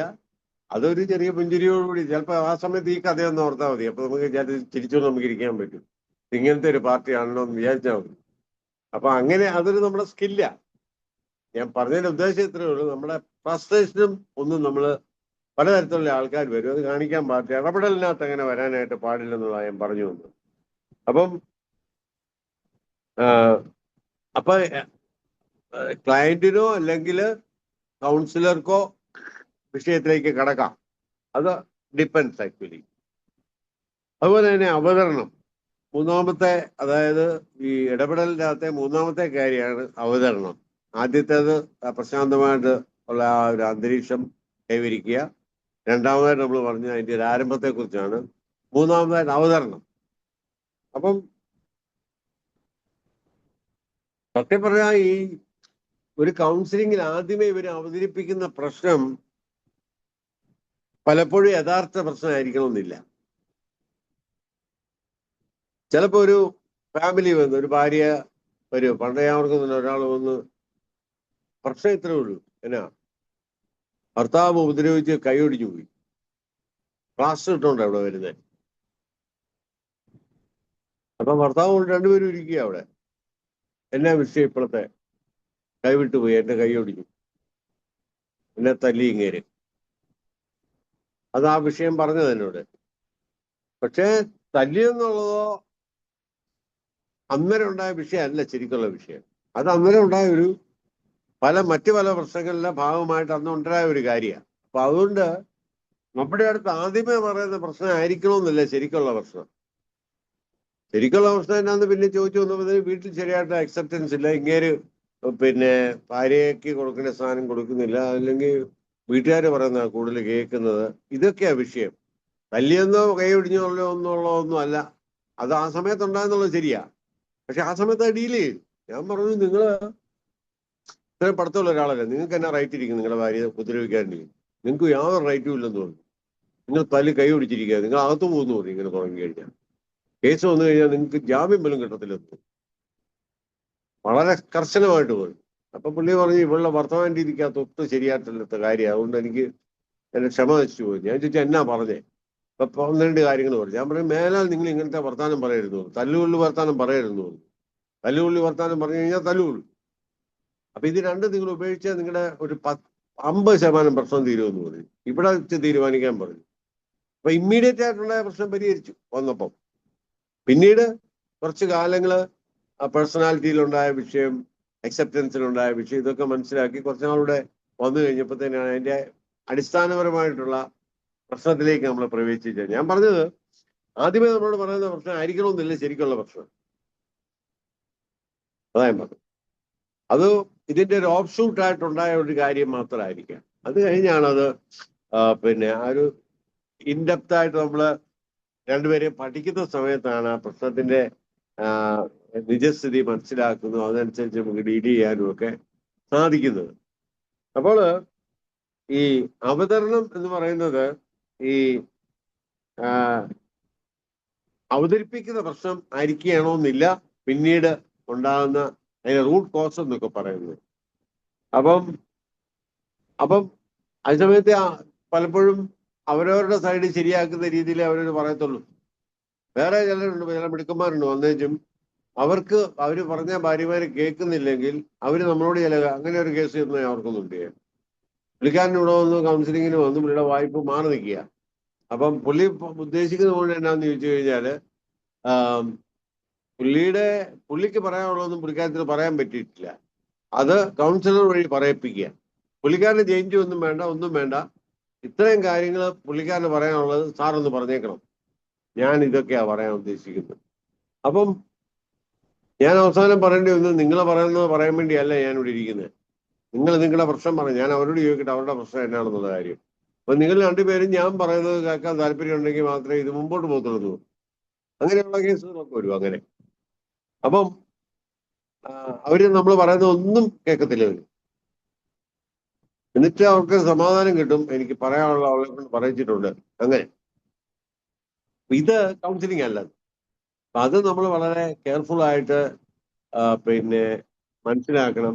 അപ്പം എന്നാലും വളരെ ജെനുവിനായിട്ടുള്ള മാനസിക സംഘർഷത്തിലൂടെ വൈകാരികമായിട്ടുള്ള ഭാവത്തിലൂടെയൊക്കെ വരുന്നവരുണ്ട്. അവരോടൊക്കെ നമ്മൾ അത് മനസ്സിലാക്കി അതനുസരിച്ച് വേണം പെരുമാറാനായിട്ട്. അപ്പം അതിനകത്ത് ഈ കൗൺസിലറുമായിട്ട് ഒരു ആഴത്തിലുള്ള ആത്മബന്ധം ആവശ്യമാണ്. ക്ലൈന്റ് സെന്റേഡ് കൗൺസിലിംഗ് എന്നൊക്കെ ഈ കാൾ റോജേഴ്സ് ഒക്കെ പറയുന്നതിന്റെ ഒരു കാരണം അതാണ്. വ്യക്തി അധിഷ്ഠിതമാണ്. വ്യക്തിയോട് പറയാൻ പറ്റും, വിശ്വസിക്കാൻ പറ്റുന്ന ഒരാളാണ്. അപ്പൊ അതിനകത്ത് അത് സത്യത്തിൽ നമുക്ക് അങ്ങനെ ഒരു പേഴ്സണാലിറ്റി ആയിട്ട് മാറണമെങ്കിൽ ഇറ്റ് ടേക്സ് ടൈം. നമ്മൾ സംസാരിക്കുന്ന രീതി, നമ്മൾ മറ്റുള്ളവരുടെ ഇടപെടുന്ന രീതി, നമ്മുടെ വൈകാരികമായിട്ടുള്ള നമ്മുടെ ഔട്ട് ബേസ്റ്റിംഗ് ഒക്കെ ആൾക്കാർ ശ്രദ്ധിച്ചുകൊണ്ടായിരിക്കുന്നത്. ചിലരോട് നമ്മൾ പറയാം, ആളോട് പറയാൻ പറ്റിയ ഒരാളാണ്. ഞാൻ പലപ്പോഴും ഒരു ഉദാഹരണമായിട്ട് ഞാൻ പറയും, യേശു കർത്താവിനെ ഗർഭിണിയായ സമയത്ത് മറിയ ഒരു വലിയൊരു വിഷയം അല്ലേ, സമൂഹത്തിൽ ഒരു വലിയ വിഷയത്തിൽ ചെന്ന് പെട്ടിരിക്കുക. ദൈവത്തിന്റെ കൽപ്പനകൾ അനുസരിച്ചത് കാരണം ഒരു പ്രശ്നത്തിൽ ചെന്ന് പെട്ടു. മറിയ ആരുടെ അടുത്താ പോയത് ഇത് പറയാനായിട്ട്? ആരുടെ അടുത്താ പോയത്? എലിസബത്തിന്റെ അടുത്താ പോയത്. എലിസബത്ത് ആരായിരുന്നു? യോഹന്നാന്റെ അമ്മ. അപ്പം ഈ എലിസബത്ത് ശരിക്കും ഒരു ദൈവിക കൃപയുള്ള ഒരു ലേഡിയാണെന്നും തന്നെ തള്ളിക്കളയത്തില്ലെന്നും തന്റെ ഭാരങ്ങൾ പറയാൻ പറ്റിയ ഒരാളാണെന്നും ഒക്കെ മനസ്സിലാക്കിക്കൊണ്ടാണ് അങ്ങോട്ട് പോയത്. നമ്മുടെ ചർച്ചിൽ നമ്മളെക്കുറിച്ച് ഇങ്ങനൊരു കോൺഫിഡൻസ് മറ്റുള്ളവർ കൊണ്ടുവന്നുള്ളതാണ്. അപ്പം ആ ഒരു കോൺഫിഡൻസ് ഉണ്ടെങ്കിൽ നമ്മളിങ്ങനെ ചിലരുണ്ട് പ്രാർത്ഥനയെ കൂടെ അല്ലേ, ഇപ്പം ചിലരുടെ മനസ്സിലൊന്നും ഇരിക്കത്തില്ല, അങ്ങനത്തെ ആൾക്കാരുണ്ട്. അവരെന്തേലും അറിഞ്ഞു കഴിഞ്ഞാൽ അവർ രണ്ടുപേരുടെ പറഞ്ഞാൽ മാത്രമേ അവർക്ക് സമാധാനമുണ്ട്. അങ്ങനെയുള്ളവർക്ക് കൗൺസിലേഴ്സ് ആകാനായിട്ട് ഒന്ന് രണ്ട് പ്രാവശ്യം പേർക്ക് അബദ്ധം പറ്റും, പിന്നെ ആരും വരത്തില്ല അങ്ങോട്ട്. കാര്യം ഇപ്പൊ കൗൺസിലിംഗ് ക്ലാസ് എടുക്കുമ്പോൾ പോലും നിങ്ങൾക്ക് മനസ്സിലാകുന്ന ഭാഷ ഞാൻ ഒന്നും പറയാൻ പാടില്ല, ഒരു ഉദാഹരണം പോലും. തെറ്റാത്, കൗൺസിലിംഗ് പ്രിൻസിപ്പളിനെതിരാ. പിന്നെ ചില കേസുകളൊക്കെ പറയുമ്പോൾ മാത്രമേ ഇതിന്റെ എന്താണെന്നുള്ള കാര്യം മനസ്സിലാകത്തുള്ളൂ. അവർ നമ്മൾ എക്സ് എന്നോ വൈ എന്നോ ഒക്കെ പറഞ്ഞ് നമ്മൾ പറയും, എങ്ങും തൊടാത്ത രീതിയിലൊക്കെ പറയും, ആളെ മനസ്സിലാകത്തില്ല. അപ്പൊ ഇവിടെ കൗൺസിലിങ്ങില് എന്താ നമ്മുടെ ഒരാളുമായിട്ടുള്ള വ്യക്തിപരമായിട്ടുള്ള ബന്ധത്തിൽ നമ്മൾ പോകുന്ന സമയത്ത് നമ്മളോട് പറയാൻ പറ്റും, നമ്മൾ അത് മനസ്സിലാക്കുന്നുണ്ട്. നമുക്ക് മുൻവിധിയോടെ നമ്മൾ ഇടയാൻ പാടില്ല. നമ്മൾ എന്തെങ്കിലും പറയുന്നു, ഇതാണ് നിങ്ങൾക്ക് പറ്റിയ തെറ്റ്, വചനത്തിനെതിരാണ് നിങ്ങളിങ്ങനെ പോവില്ല. അതിന്റെ ഫലം അനുഭവിച്ചു. പണ്ടാരാണ്ട് ഒരു വനിതാ കമ്മീഷൻ പറഞ്ഞ പോലെ അനുഭവിച്ചു എന്ന് പറഞ്ഞ പോലെ പറയുന്നു. അതെന്താണെന്നുള്ള കാര്യം മനസ്സിലാക്കാനും ജഡ്ജ്മെന്റൽ അല്ലാതെ, നമുക്കും അങ്ങനത്തെ കുഴപ്പമൊക്കെ പറ്റിയിട്ടുണ്ട് നമ്മുടെ ചെറുപ്പത്തിലൊക്കെ അല്ലേ. നമ്മളെ ആരെങ്കിലുമൊക്കെ ചേർത്ത് പിടിച്ച കാരണമല്ലേ നമ്മളിങ്ങനെ ഇരിക്കുന്നത്. ആരൊക്കെ ചിലരൊക്കെ നമ്മളെ കേട്ടു, സ്നേഹിച്ചു, നമ്മളെ കുറവോടുകൂടി നമ്മളെ അക്സെപ്റ്റ് ചെയ്തു. അതുകൊണ്ടാണ് നമ്മളിങ്ങനെയൊക്കെ ഇരിക്കുന്നത്. അപ്പം അതുകൊണ്ട് മറ്റുള്ളവരും അതുകൊണ്ടാണ് സ്വർഗസ്വനായ പിതാവെ പ്രാർത്ഥിക്കുമ്പോൾ തന്നെ ഞങ്ങളെ കടക്കാരോട് ഞങ്ങൾ ക്ഷമിച്ചിരിക്കുന്നത് പോലെ ദൈവം നമ്മളോട് ക്ഷമിച്ചില്ലേ, നമ്മളെ അക്സെപ്റ്റ് ചെയ്തില്ലേ. അപ്പൊ മറ്റുള്ളവരെ അക്സെപ്റ്റ് ചെയ്യാനുള്ള ഒരു മനസ്സ്, അക്സെപ്റ്റ് ചെയ്യാനുള്ള മനസ്സ് വേണം. അക്സെപ്റ്റ് ചെയ്താൽ മാത്രമേ നമുക്ക് അതിന്റെ അർത്ഥം അവർ പറയുന്നതെല്ലാം നമ്മൾ അപ്രൂവ് ചെയ്യാന്നതിന് അർത്ഥമില്ല. You can accept everybody but you കാണ്ട് അപ്രൂവ് എവരിബഡി. അപ്പൊ ആ ഒരു ഡിഫറൻസ് മനസ്സിലാക്കി അക്സെപ്റ്റ് ചെയ്ത് നമ്മൾ ആ വിഷയം നമ്മളോട് അവതരിപ്പിക്കുന്ന സമയത്ത് നമ്മൾ ട്രസ്റ്റ് വർത്തിയാണ്, പറഞ്ഞ കേൾക്കുന്നത്. നമ്മൾ ആ ആളോട് പറഞ്ഞു കഴിഞ്ഞാൽ അതിന് ചില കൗൺസിലിംഗ് കുറച്ച് ലാസ്റ്റിംഗ് ആണ്. ചിലപ്പോൾ എനിക്കറിയാം 10-15 വർഷമൊക്കെ മുമ്പ് കൗൺസിൽ ചെയ്ത പലരും ഇപ്പോഴും എന്തേലും അവർക്ക് സംശയം ഉണ്ടെങ്കിൽ വിളിക്കുമായിരുന്നു, ഞാൻ എന്താ ചെയ്യേണ്ടത്. അപ്പൊ അവർക്കറിയാം, അവരെ എനിക്ക് നന്നായിട്ട് അറിയാവുന്നറിയാം. അത് ക്രിസ്ത്യൻസ് തന്നെയല്ല, ഹിന്ദുസും. അപ്പം അത് പലപ്പോഴും ഒരിക്കലും ഒരാളുടെ ഒരു ഒരു ഉദാഹരണം പറയുന്നത് വെച്ചാൽ മറ്റൊന്നും കൊണ്ടല്ല, ഒരു യങ് ആയിട്ടുള്ള ഒരു ലേഡി എൻ്റെ അടുത്ത് വന്നു. Around 20 years, 25 or 27 husband. പുള്ളിക്കാരത്തെ ഐ തിങ്ക് ഷീസ് ഹിന്ദു. അപ്പം മരിച്ചു പോയി കഴിഞ്ഞ പുള്ളിക്കാരത്തേക്ക് ഭയങ്കര ഒരു ഡിപ്രഷനിലോട്ട് പോകും. ഫാദർ മരിച്ചു കഴിഞ്ഞു. എന്നാലും അവരുടെ ഭർത്താവ് എന്ന് പറഞ്ഞാൽ സച്ച് എ ലവിങ് പേഴ്സൺ, നല്ലൊരു മനുഷ്യനായിരുന്നു. എന്ത് വേണേലും പുള്ളിക്കാരത്തേക്ക് വേണ്ടി ചെയ്യും. പക്ഷെ പുള്ളിക്കാരത്തേക്ക് ഇതിനകത്ത് നിന്ന് കരകയറാൻ പറ്റുന്നില്ലായിരുന്നു. അപ്പോൾ ആണ് ആരോ പറഞ്ഞ്, ഇവിടെ ദൂരമുള്ള സ്ഥലത്ത് നിന്നാണ് വന്നത്. അപ്പൊ വന്നു കഴിഞ്ഞ് വെരി വെൽ എഡ്യൂക്കേറ്റഡ് ആണ്, എല്ലാം നല്ലതാണ്. ഒരു പ്രാവശ്യം വന്നു സംസാരിച്ചു. പിന്നെ പറഞ്ഞു, നീ എപ്പോഴാ സാറേ വരണ്ടേന്ന് ചോദിച്ചു. അപ്പൊ 2 ദിവസം കഴിഞ്ഞ് വാ എന്ന് പറഞ്ഞു. എനിക്കൊന്ന് 4-5 പ്രാവശ്യം വന്നു. 4 പ്രാവശ്യം പോയി. 4 പ്രാവശ്യം വരേണ്ട ആവശ്യം ഉണ്ടായിരുന്നു. പക്ഷേ ആദ്യത്തെ ദിവസം കഴിഞ്ഞപ്പോ തന്നെ പുള്ളിക്കാരത്തിന്റെ പ്രശ്നങ്ങൾ ഒത്തിരി പരിഹരിച്ചു. അപ്പൊ പുള്ളിക്കാരന്റെ ഭർത്താവ് എന്നോടൊന്നും ചെയ്തു, സാർ എന്നെ ചെയ്തിട്ട് ഇവിടെ ഞാൻ കുറെ നാളായിട്ട് തലകുത്തി മറിയുകയാണ് ഇവിടെ പ്രശ്നമൊന്ന് മനസ്സിലാക്കാൻ, എനിക്ക് ചെയ്യാവുന്ന മുഴുവൻ ചെയ്ത് എന്നെ ചെയ്തപ്പോ ഈ പ്രശ്നം മാറിയെന്ന് എന്നോട്. അപ്പം ഞാൻ ഇപ്പോഴും ഓർക്കുന്നത്, is A very such A nice boy. അപ്പൊ ഞാൻ ചിരിച്ചേ. അപ്പൊ ഞാന് അതിനകത്തൊരു കാര്യം എന്ന് പറഞ്ഞാൽ പ്രായവും പക്വതയും ഉള്ളപ്പോൾ നമ്മളൊരു കാര്യം കേൾക്കുന്നതും പറയുന്നതും സെയിം ഏജിലുള്ള ഒരാൾ അല്ലെങ്കിൽ 2 വയസ്സിന് മൂത്ത ഒരാൾ പറയുന്നത് തമ്മിൽ വ്യത്യാസമുണ്ട്. അത്രേ ഉള്ളൂ അതിനകത്ത്, വേറെ കാര്യമൊന്നുമില്ല. അപ്പം ഞാൻ പറഞ്ഞത് ആ ഒരു ഇടപെടൽ എന്ന് പറയുന്നത് ഇറ്റ്സ് വെരി വെരി ഇമ്പോർട്ടൻറ്റ്. വളരെ ഫ്രണ്ട്ലി ആയിട്ട് നമ്മൾ സ്വന്തം ആളാണെന്ന് തോന്നിക്കുന്ന രീതി വേണം നമ്മൾ കാര്യങ്ങൾ കൈകാര്യം ചെയ്യാനായിട്ട്. അതുപോലെ തന്നെ ഈ 4-മത്തെ ഒരു കാര്യം എന്ന് പറയുന്നത് അവതരണത്തിനകത്ത് തന്നെ അതിൻ്റെ ഒരു ഈ നമ്മുടെ ഉള്ളിൽ പോകുന്ന കാര്യങ്ങളുടെ ഒരു ബാഹ്യാവിഷ്കരണം ആവശ്യമാണ്. ചിലരുള്ളിൽ പോകുന്ന കാര്യങ്ങൾ പറയത്തില്ല.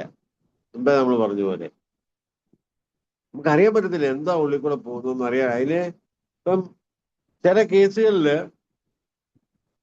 ചില വേർപാട് കേസുകളൊക്കെ ഉണ്ടായെങ്കിൽ ഒന്ന് ഹൃദയം തുറന്ന് കരഞ്ഞു കഴിഞ്ഞാൽ ചിലപ്പോൾ അതങ്ങ് മാറും. ചിലർക്ക് കരയാൻ പറ്റത്തില്ല, അവര് ഡിപ്രഷനിലോട്ട് പോകും.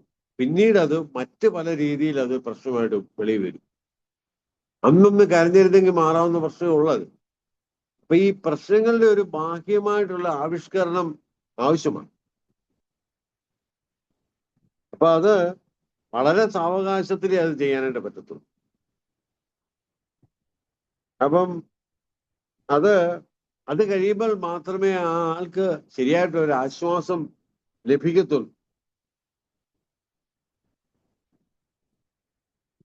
അപ്പം ഒരു കൗൺസിലി ബന്ധത്തിലോട്ട് വരുന്ന സമയത്ത്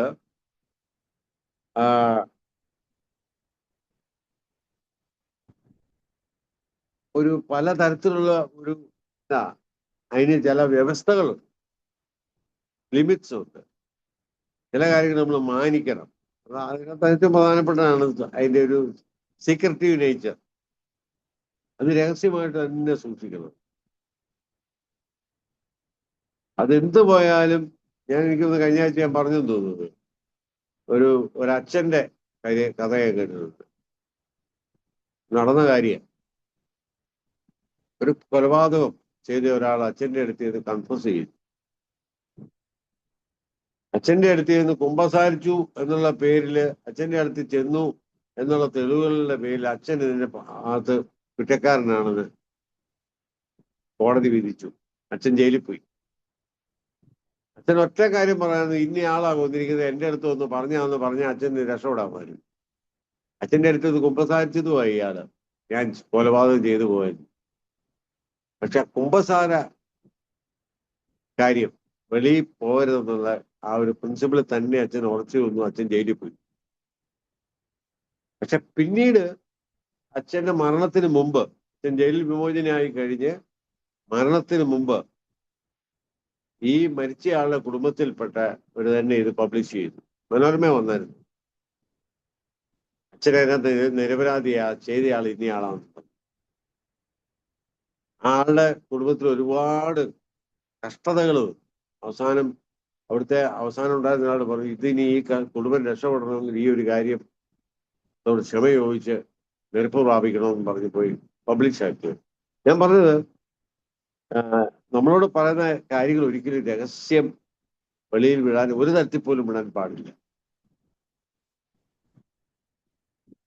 ഞാൻ പലപ്പോഴും ഞാൻ പറഞ്ഞത്, ഞാൻ ചിലപ്പോൾ നടക്കാൻ പോകുന്നിടത്ത് അവിടെ ഒത്തിരി പേരും പലരും വരും. എന്റെ മിക്കവാറും എല്ലാവരും ആയിട്ട് എനിക്ക് വ്യക്തിപരമായ ബന്ധമുണ്ട്. എല്ലാവരുടെയും പേഴ്സണൽ പ്രശ്നങ്ങൾ എനിക്കറിയാം. പക്ഷെ പബ്ലിക്കായിട്ട് ആർക്കും അത് അറിയത്തില്ല. ഒരു 5-6 പേരുടെയെങ്കിലും കൃത്യമായിട്ട് അറിയാം. അത് പല തരത്തിലായിട്ട് അവർ വിളിച്ചു മാറി സംസാരിക്കണമെന്നൊക്കെ പറയുന്നത്. പക്ഷെ അത് നമ്മുടെ വായിൽ നിന്ന് ഒരു തരത്തിൽ പോലും ഒരു സൂചന പോലും കൊടുക്കാൻ പാടില്ല. നമുക്കറിയാവുന്നുള്ള കാര്യം. അത് കൗൺസിലിങ്ങിൽ നമ്മൾ ഏറ്റവും ശ്രദ്ധിക്കേണ്ട ഒരു കാര്യമാണ്. പണ്ട് തമാശന് ആൾക്കാർ പറയായിരുന്നു, ഇപ്പം നമുക്കിപ്പോ ഒരു രഹസ്യം നമ്മുടെ മനസ്സിലുണ്ട്, അതിപ്പോ വേറെ ആളോട് പറയണമെന്ന് തോന്നുവാണെങ്കിൽ പറയാം. പക്ഷെ ആളോട് പറയണം, ഇത് വേറെ ആരോടും പറയരുത്. അങ്ങനെ എല്ലാവരോടും വേറെ ആരോടും പറയരുതെന്ന് പറഞ്ഞിരിക്കുമ്പോ പറയുന്ന ഒരു കാര്യമാണ്, എല്ലാവരുടെയും മനസ്സിലത് രഹസ്യമായിട്ട് ഇരുന്നോളും എന്ന് എസ് തിയറി കേട്ടിട്ടുണ്ട്. ഇതാരും പ്രാക്ടീസ് ചെയ്യാൻ വേണ്ടിയൊന്നുമല്ല ഞാൻ പറഞ്ഞത്, നമ്മൾ പറയാൻ പാടില്ല. അതാ. അപ്പോൾ പിന്നത്തെ ഒരു സ്റ്റെപ്പ് എന്ന് പറഞ്ഞാൽ വളരെ ആഴമായിട്ടുള്ളൊരു അപഗ്രഥനം. ഒരു പ്രശ്നം കേട്ട് അതിനെ ലിറ്ററലായിട്ട് എടുക്കുന്നതിന് പകരം അതിനെക്കുറിച്ച് ഈ സംഘർഷം അനുഭവിക്കുന്ന വ്യക്തികളുടെ അവരുടെ സംഘർഷങ്ങളുടെ അതിന്റെ ഉള്ളറകളിലേക്ക് നമ്മൾ വളരെ ആഴത്തിൽ ഇറങ്ങിച്ചെന്ന് ഒരു അന്വേഷണം നടത്തണം. അതിനകത്ത് പലപ്പോഴും ആ സമയത്ത് നമ്മുടെ സബ്ജക്റ്റീവായിട്ട് നമ്മുടെ എക്സ്പീരിയൻസും ഒക്കെ ആയിട്ട് നമുക്ക് പലപ്പോഴും സാമ്യത ഉള്ളതായിരിക്കാം.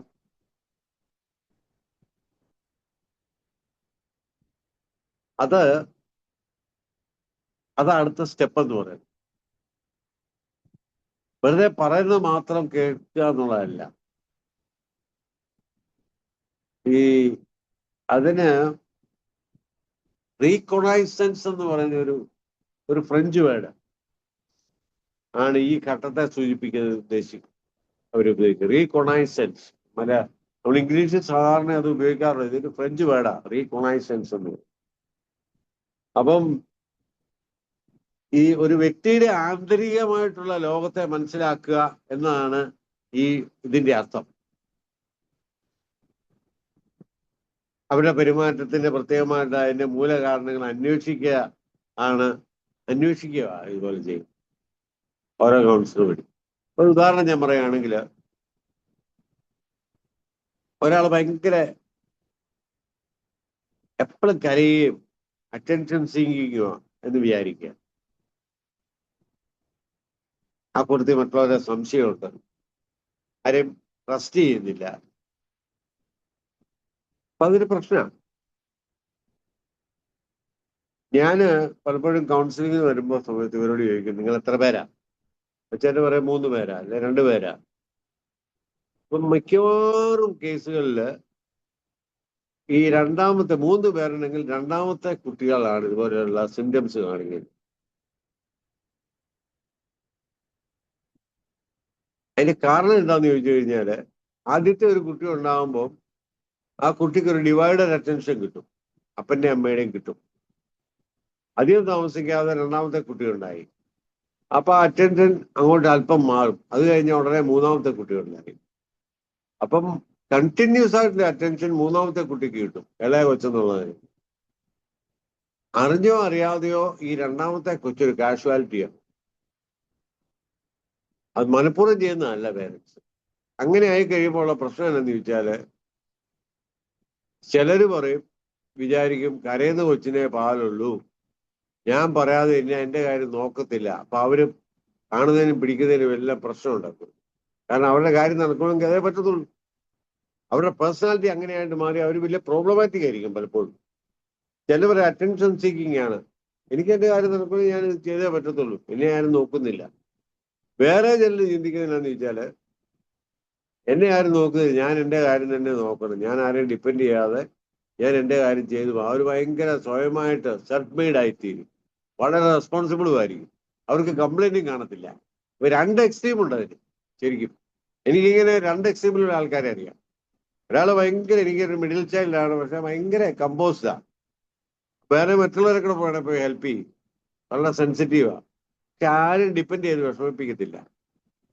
വേറൊരാളുണ്ട്, എല്ലാത്തിനും ചൊറി, കാര്യത്തിലും പിഴിച്ചിലും ഭയങ്കര പ്രശ്നമാണ്.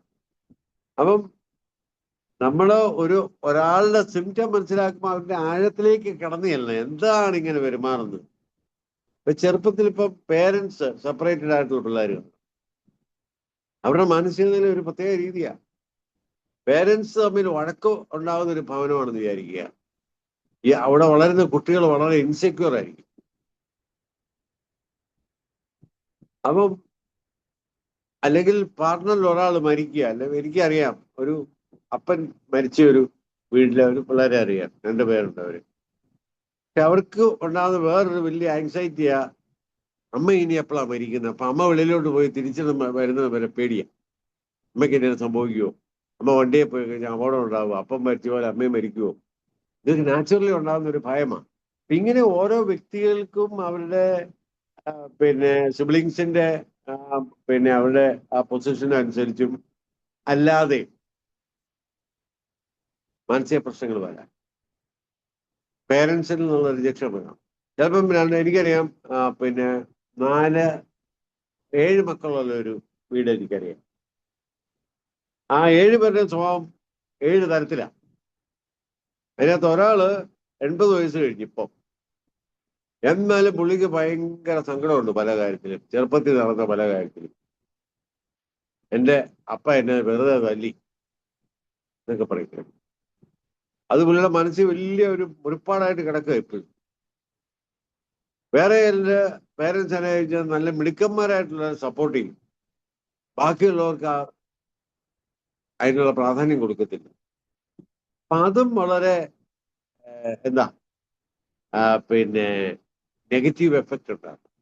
പെർഫോമൻസ് ബേസ്ഡ് ലവ്, അതിന് നമുക്കറിയാം ഏറ്റവും വലിയ ക്ലാസിക്കൽ എക്സാമ്പിൾ നമുക്കറിയാം എവിടെയാ. ഞാൻ വ്യക്തികളെ കുറിച്ചുള്ള ഉദാഹരണത്തിനാണ് ഇത് പറയുന്നത്. ഇപ്പൊ നമ്മളെപ്പോഴും ജോസഫിന്റെ ഒക്കെ കഥ പറയും, അല്ല അതിന് ആ സംഭവം നമുക്കറിയാം. ജോസഫിന് വാസ്തവത്തിൽ എന്നാ സംഭവിച്ചത്? ജോസഫിനെ ഏറ്റവും കൂടുതൽ സ്നേഹിച്ച ആരാ? യാക്കോബ്. അതിന് ഒരു നിലയങ്കിയൊക്കെ പുള്ളിക്ക് മേടിച്ചു കൊടുത്തു. ഇങ്ങനെയൊക്കെ ചെയ്ത സമയത്ത് ബാക്കിയുള്ള പിള്ളേർക്ക് എന്തുണ്ടായി? ജോസഫിനോട് അസൂയ ഉണ്ടായി. പിള്ളേരുടെ പാർഷ്യാലിറ്റി കാണിച്ചു കഴിഞ്ഞാൽ അത് വലിയ മാനസിക പ്രശ്നം. ജോസഫ് പിന്നെ ദൈവത്തെ അന്വേഷിച്ചത് കാരണം ജോസഫ്, പക്ഷേ ഈ സഹോദരങ്ങൾ ദ്രോഹം ചെയ്യാനുള്ള പ്രധാനപ്പെട്ട കാരണം അപ്പന് ജോസഫിനോടുള്ള മമതയെ. അപ്പൊ പാർഷ്യാലിറ്റി വീട്ടിൽ കാണിച്ചു കഴിഞ്ഞാൽ പിള്ളേർക്ക് അത് മാനസിക പ്രശ്നം ഉണ്ടാകും. അപ്പം ഒരു ആള് നമ്മുടെ അടുത്ത് കൗൺസിലിങ്ങിന് വന്നെങ്കിൽ ആ ആളുടെ വ്യക്തിപരമായ ജീവിതവും ആ പൊസിഷനും ഫാമിലി ഹിസ്റ്ററിയും ഒക്കെ ഇത് വളരെ ആഴത്തിലേക്ക്, ചിലപ്പോൾ എനിക്കറിയാം, ചിലരെ എനിക്കറിയാം, പിന്നെ ഒരു ഒരു കുഴപ്പമില്ലാത്ത ഒരാളെ എനിക്കറിയാം. പക്ഷെ പുള്ളി ഇവിടെ വെച്ച് കാണുമ്പോൾ കുഴപ്പമൊന്നുമില്ല. ടൗണിൽ വെച്ച് കാണുമ്പോൾ പറയും, വിളിച്ചേച്ച് മാറ്റി നിർത്തി പറയും, കേട്ടോ ഞാൻ ഒരു കാര്യം പറയുന്നത് എന്ത് ചെന്ന അതെ ഇപ്പൊ എന്നോട് പിന്നെ ജവഹർലാൽ നെഹ്റു സംസാരിച്ചു പോയി. അത് എന്നാ പറഞ്ഞു, അത് പ്രത്യേകിച്ച് ഒരു കാര്യം പുള്ളി പറഞ്ഞിട്ട് പോയി. രാവിലെ മൻമോഹൻ സിംഗ് വന്നിട്ടുണ്ടായിരുന്നു, ഇനി ഇപ്പം വൈകിട്ട് മിക്കവാറും അബ്ദുൽ കലാം വന്നേക്കും എന്നൊക്കെ പറയും. അപ്പം വേറെ കാര്യത്തിലെല്ലാം നോർമൽ ആവില്ലേ? വീട്ടിലെ കാര്യങ്ങളെല്ലാം കടയിൽ പോകും, എല്ലാം മേടിച്ചു കൊടുക്കും. ഇത് വളരെ സീരിയസ് ആയിട്ട് നമ്മളെ വിളിച്ചേച്ച് പറയുന്നത്. എന്നെ രാത്രി ലൈറ്റിന്റെ സ്വിച്ചിടാൻ പോയപ്പോഴത്തേന് അവിടെ ഇരിക്കുന്നു മൻമോഹൻ സിംഗ്, അങ്ങനെയൊക്കെ പറയും കയറി. അപ്പൊ നമുക്കറിയാം അത് വാസ്തവത്തിൽ ഒരു മെന്റൽ ഡിസ്പോസിഷൻ, അത് സൈക്കോസിന്റെ ഒരു ഭാഗമാണ്, ഒരു മൈൽഡ് സ്കിസോഫീനിയ. അത് മെഡിസിൻ ആവശ്യമുള്ള സംഭവം. ഇപ്പൊ ചില കാര്യങ്ങൾ മെഡിസിൻ ആവശ്യമുള്ളതുകൊണ്ട് ചിലത് കൗൺസിലിംഗ് വഴി മാറും, വേറെ ചിലര് പ്രാർത്ഥന വഴി ഭൂതം ബാധിച്ച കേസസ്. അതിലോട്ട് വരാറുണ്ട്, പിന്നെ വരാം. ഇത് ഡിഫറൻഷിയേറ്റ് ചെയ്ത് നമ്മൾ വളരെ ആഴത്തിലേക്കുള്ള ഒരു ഒരു ഒരു ആഴമാർന്ന അപഗ്രഥനം ഈ അവരുടെ പ്രശ്നങ്ങളെ കുറിച്ച്, അവരുടെ ആന്തരിക ലോകത്തെക്കുറിച്ച് നമുക്ക് മനസ്സിലാക്കാനായിട്ട് കഴിയണം. അപ്പം നമ്മുടെ ഈ ഒരു പ്രോസസ്സ് വഴി നമ്മൾ വളരെ വളരെ ഇൻഡെപ്ത് ആയിട്ടുള്ള ഒരു നോളജാണ് അവരെ കുറിച്ച് നമ്മൾ മനസ്സിലാക്കുക. അവരെ മനസ്സിലാക്കാൻ അവരുടെ പെരുമാറ്റവും അവരുടെ വാച്യാർത്ഥങ്ങളെ, പെരുമാറ്റങ്ങളെ, അതിന്റെ പ്രത്യേകതകള്, അതിന്റെ മൂലകാരണങ്ങളൊക്കെ നമ്മൾ അന്വേഷിക്കുമ്പോഴാണ് നമുക്കിത് മനസ്സിലാക്കാനായിട്ട് സാധിക്കും. ഇപ്പൊ ചില കെമിക്കൽ ഇംബാലൻസ് വരുമ്പോഴുള്ള പ്രശ്നങ്ങൾ വരാം. അപ്പം അപ്പൊ അതുപോലെ തന്നെ ഓരോരുത്തരുടെ സൈദ്ധാന്തികമായിട്ടുള്ള വീക്ഷണങ്ങളുണ്ട്.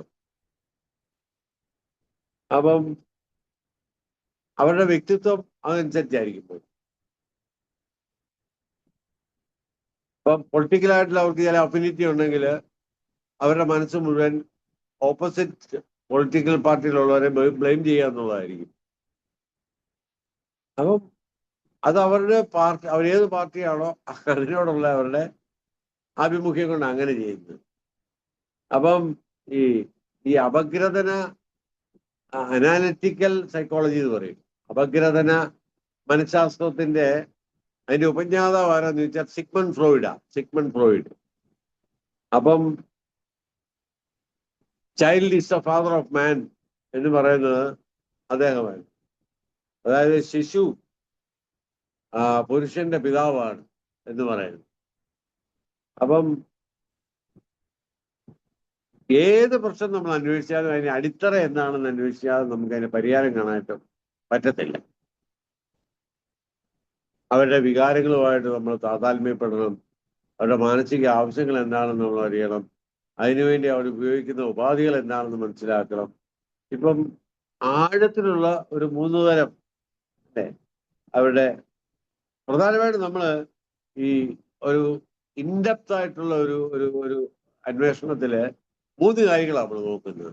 ഒന്ന് ശാരീരികം, ഫിസിക്കലായിട്ടുള്ള കാര്യങ്ങൾ, ശരീരത്തിന്റെ ആരോഗ്യത്തിന്റെ ഒരു ഊർജത്തിന്റെ നിലവാരം നോക്കും, അതിന്റെ ഉപയോഗത്തിന്റെ ഒരു ശൈലി എങ്ങനെയാണെന്ന് നോക്കും, അതുപോലെ വ്യായാമം ഉണ്ടോ അത് നോക്കും, പിന്നെ അവരുടെ ആരോഗ്യ സംരക്ഷണ രീതികളൊക്കെ എങ്ങനെയാണ്, രോഗങ്ങളുണ്ടോ, പിന്നെ രോഗപ്രതിരോധ രീതികൾ അവരുടെ എന്താണ്, ഭക്ഷണം, വിശ്രമം, ഉറക്കം, ഇതൊക്കെ നമ്മൾ നോക്കും.